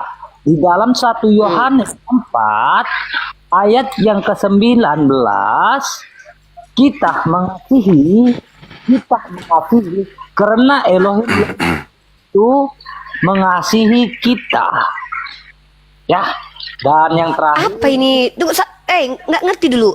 Kalian diajarkan kasih sama Yesus dalam 1 Yohanes pasal 3 nomor 22 tadi. Baca dulu satu-satu ayat. Kami nggak tangkap loh. Kami belum buka ayatmu loh. Dalam 1 Yohanes pasal 3 22. Itu kau bawa tadi ayatnya kan? Benar. Kita bedah dulu ayatnya ya. Aku baca dulu ya. Saya ingin membedah kamu. Ada nggak kamu izinkan saya membedah kamu? Aku di sini lebih ahli daripada kau. Ajar aku membedah. Coba aku tanya, kau pendeta bukan? Aku pun bisa membedah. Kau pendeta tuh jemaat. Ya tunjuk. Kalau kau bisa membedah Al-Quran, pakai ilmu apa kau? Coba kamu buka siapa yang menyuruh Anda dalam surah At-Taubah 123 itu. Saya tanya, membedah Al-Quran pakai ilmu apa? Kalau aku pakai sola scriptura, kau pakai metode apa? Aduh. Yang dia baca terjemahan. Yang dia baca terjemahan katanya Al-Quran. Kalau memang jangan terjemahan, apakah teks apa kok malah melebar ini? Kita diskusi aja loh. Kan kau membawa ayat, kami coba membuktikan kau menipu atau tidak. Kami mau tengok ayatnya. Kok kau nggak terima ini diuji di sini? Jadi kau pikir di sini kau berbicara kami terima gitu aja? Kami nggak orang botol loh. Mohon maaf lah ya. Tadi kami ingin tahu. Kami minta ayatnya. Ayatnya mana? 1 Yohanes pasal 3 nomor 22. Baca dulu ayatnya. Kami pengen buktikan betul nggak ayatnya begitu. Karena banyak kalian penipu. Ya udah baca. Ya udah, kok nggak terima kau ini? Kau pikir ini gereja? Nggak dikritisi kalau bicara. Dada aja kau. Berapa tadi, Matius? 1 Yohanes 3. 1 Yohanes 3 nomor 23. Nah, dan inilah perintahnya itu, supaya kita percaya akan nama Yesus Kristus, anaknya, dan supaya kita saling mengasihi sesuai dengan perintah yang diberikan Kristus kepada kita. Berarti kalian mengasihi itu seperti perintah Yesus kan? Lanjut. Betul? Kan benar kan? Iya, aku tanya dulu. Berarti kalian mengasihi itu seperti perintah Yesus. Seperti apa perintah Yesus mengasihi? Coba dijawab. Yohanes 1 ayat 4 nomor 11. Yang ku tanya cara mengasihinya seperti apa? Coba jawab. Gimana itu? Dalam Lukas berapa ya? Ya kasihilah kamu seluruh Tuhan kita. Ya. Terus kasihilah musuhmu seperti mana yang mengasihi kamu, dan jangan jahat atau bla bla bla lah. Lanjut gimana? Terus, nah sekarang aku yang menjelaskan ya bahwa kau di sini mengklaim ajaran mengasihi musuh itu ajaran kasih. Itu menurut kalian Kristen nggak apa-apa, ya nggak apa-apa. Maaf, secara realitas konkret tidak ada satupun negara yang mengasihi musuh. Contoh, Amerika dikasihi nggak musuh, penjajah dikasihi nggak? Enggak. Nah, kalau kalian bilang mengasihi musuh itu adalah ajaran kasih, itu menurut kalian, bagi kami tidak, itu namanya ajaran zolim, bekerja sama dengan penjahat. Nah, itu satu ya, itu satu. Lanjut, kau bilang Yesus mengajarkan ajaran kasih, kau baca Lukas 14:26 dulu. Apa tertulis? Dibaca. Apa tertulis di sana? Nah, minta tolonglah sama aku gitu loh. Nah, nih Ini? ya, kau baca ini. Terus. Jikalau seorang datang kepadaku dan dia tidak membenci bapaknya, ibunya, istrinya, anak-anaknya, saudaranya laki-laki dan perempuan, bahkan nyawanya sendiri, ia tidak dapat menjadi muridku. Ah, ini ajaran kasih nih. Kalau kepada musuh kasih ya, kepada orang tua benci ya. Ini gimana ini ceritanya nih? Itu menceritakan kita ya, atau kami harus lebih utama kepada Tuhan dan Allah itu sendiri. Harus membenci. Kalau mengutamakan harus benci gitu. Kalau mengutamakan, kita kan nggak perlu lagi, kita kan udah tahu yang mana yang benar. Ini apa nih bacaannya nih? Iya benar, kan tidak membenci. Kan kata tidak membenci kan kamu tahu. Jikalau seorang datang kepadaku dan dia tidak membenci bapaknya, kau nggak bisa ikut Yesus. Kalau kau nggak benci sama bapakmu, berarti kau harus apa supaya kau bisa ikut Yesus? Benci. Kalau kau nggak benci sama bapakmu, kau nggak bisa ikut Yesus. Kau mau memplesetkan bahasa Indonesia depanku, nggak bisa. Aku pecinta bahasa Indonesia. Jikalau seseorang datang kepadaku dan dia tidak membenci bapaknya, ibunya, istrinya, anak-anaknya, saudaranya laki-laki atau perempuan, bahkan nyawanya sendiri, ia tidak dapat menjadi muridku. Itu perintah, ya, perintah untuk membenci. Tengok ini. Kau tengok ini, implementasinya ini ada nih. Tetapi aku berkata kepadamu, setiap orang yang marah terhadap saudaranya ini. Kalau orang marah kepada saudaranya dihukum, tapi kalau musuh kasih. Agak lain memang ku tengok, giliran kepada keluarga keras, kepada musuh kasih. Ah, inilah kenapa aku bilang, kenapa kok orang Kristen ini adalah agama yang mensondingkan untuk bersama-sama dengan penjahat nih. Ya, nih, kalau saudara nih kalau seandainya marah dihukum, marah aja loh dihukum loh.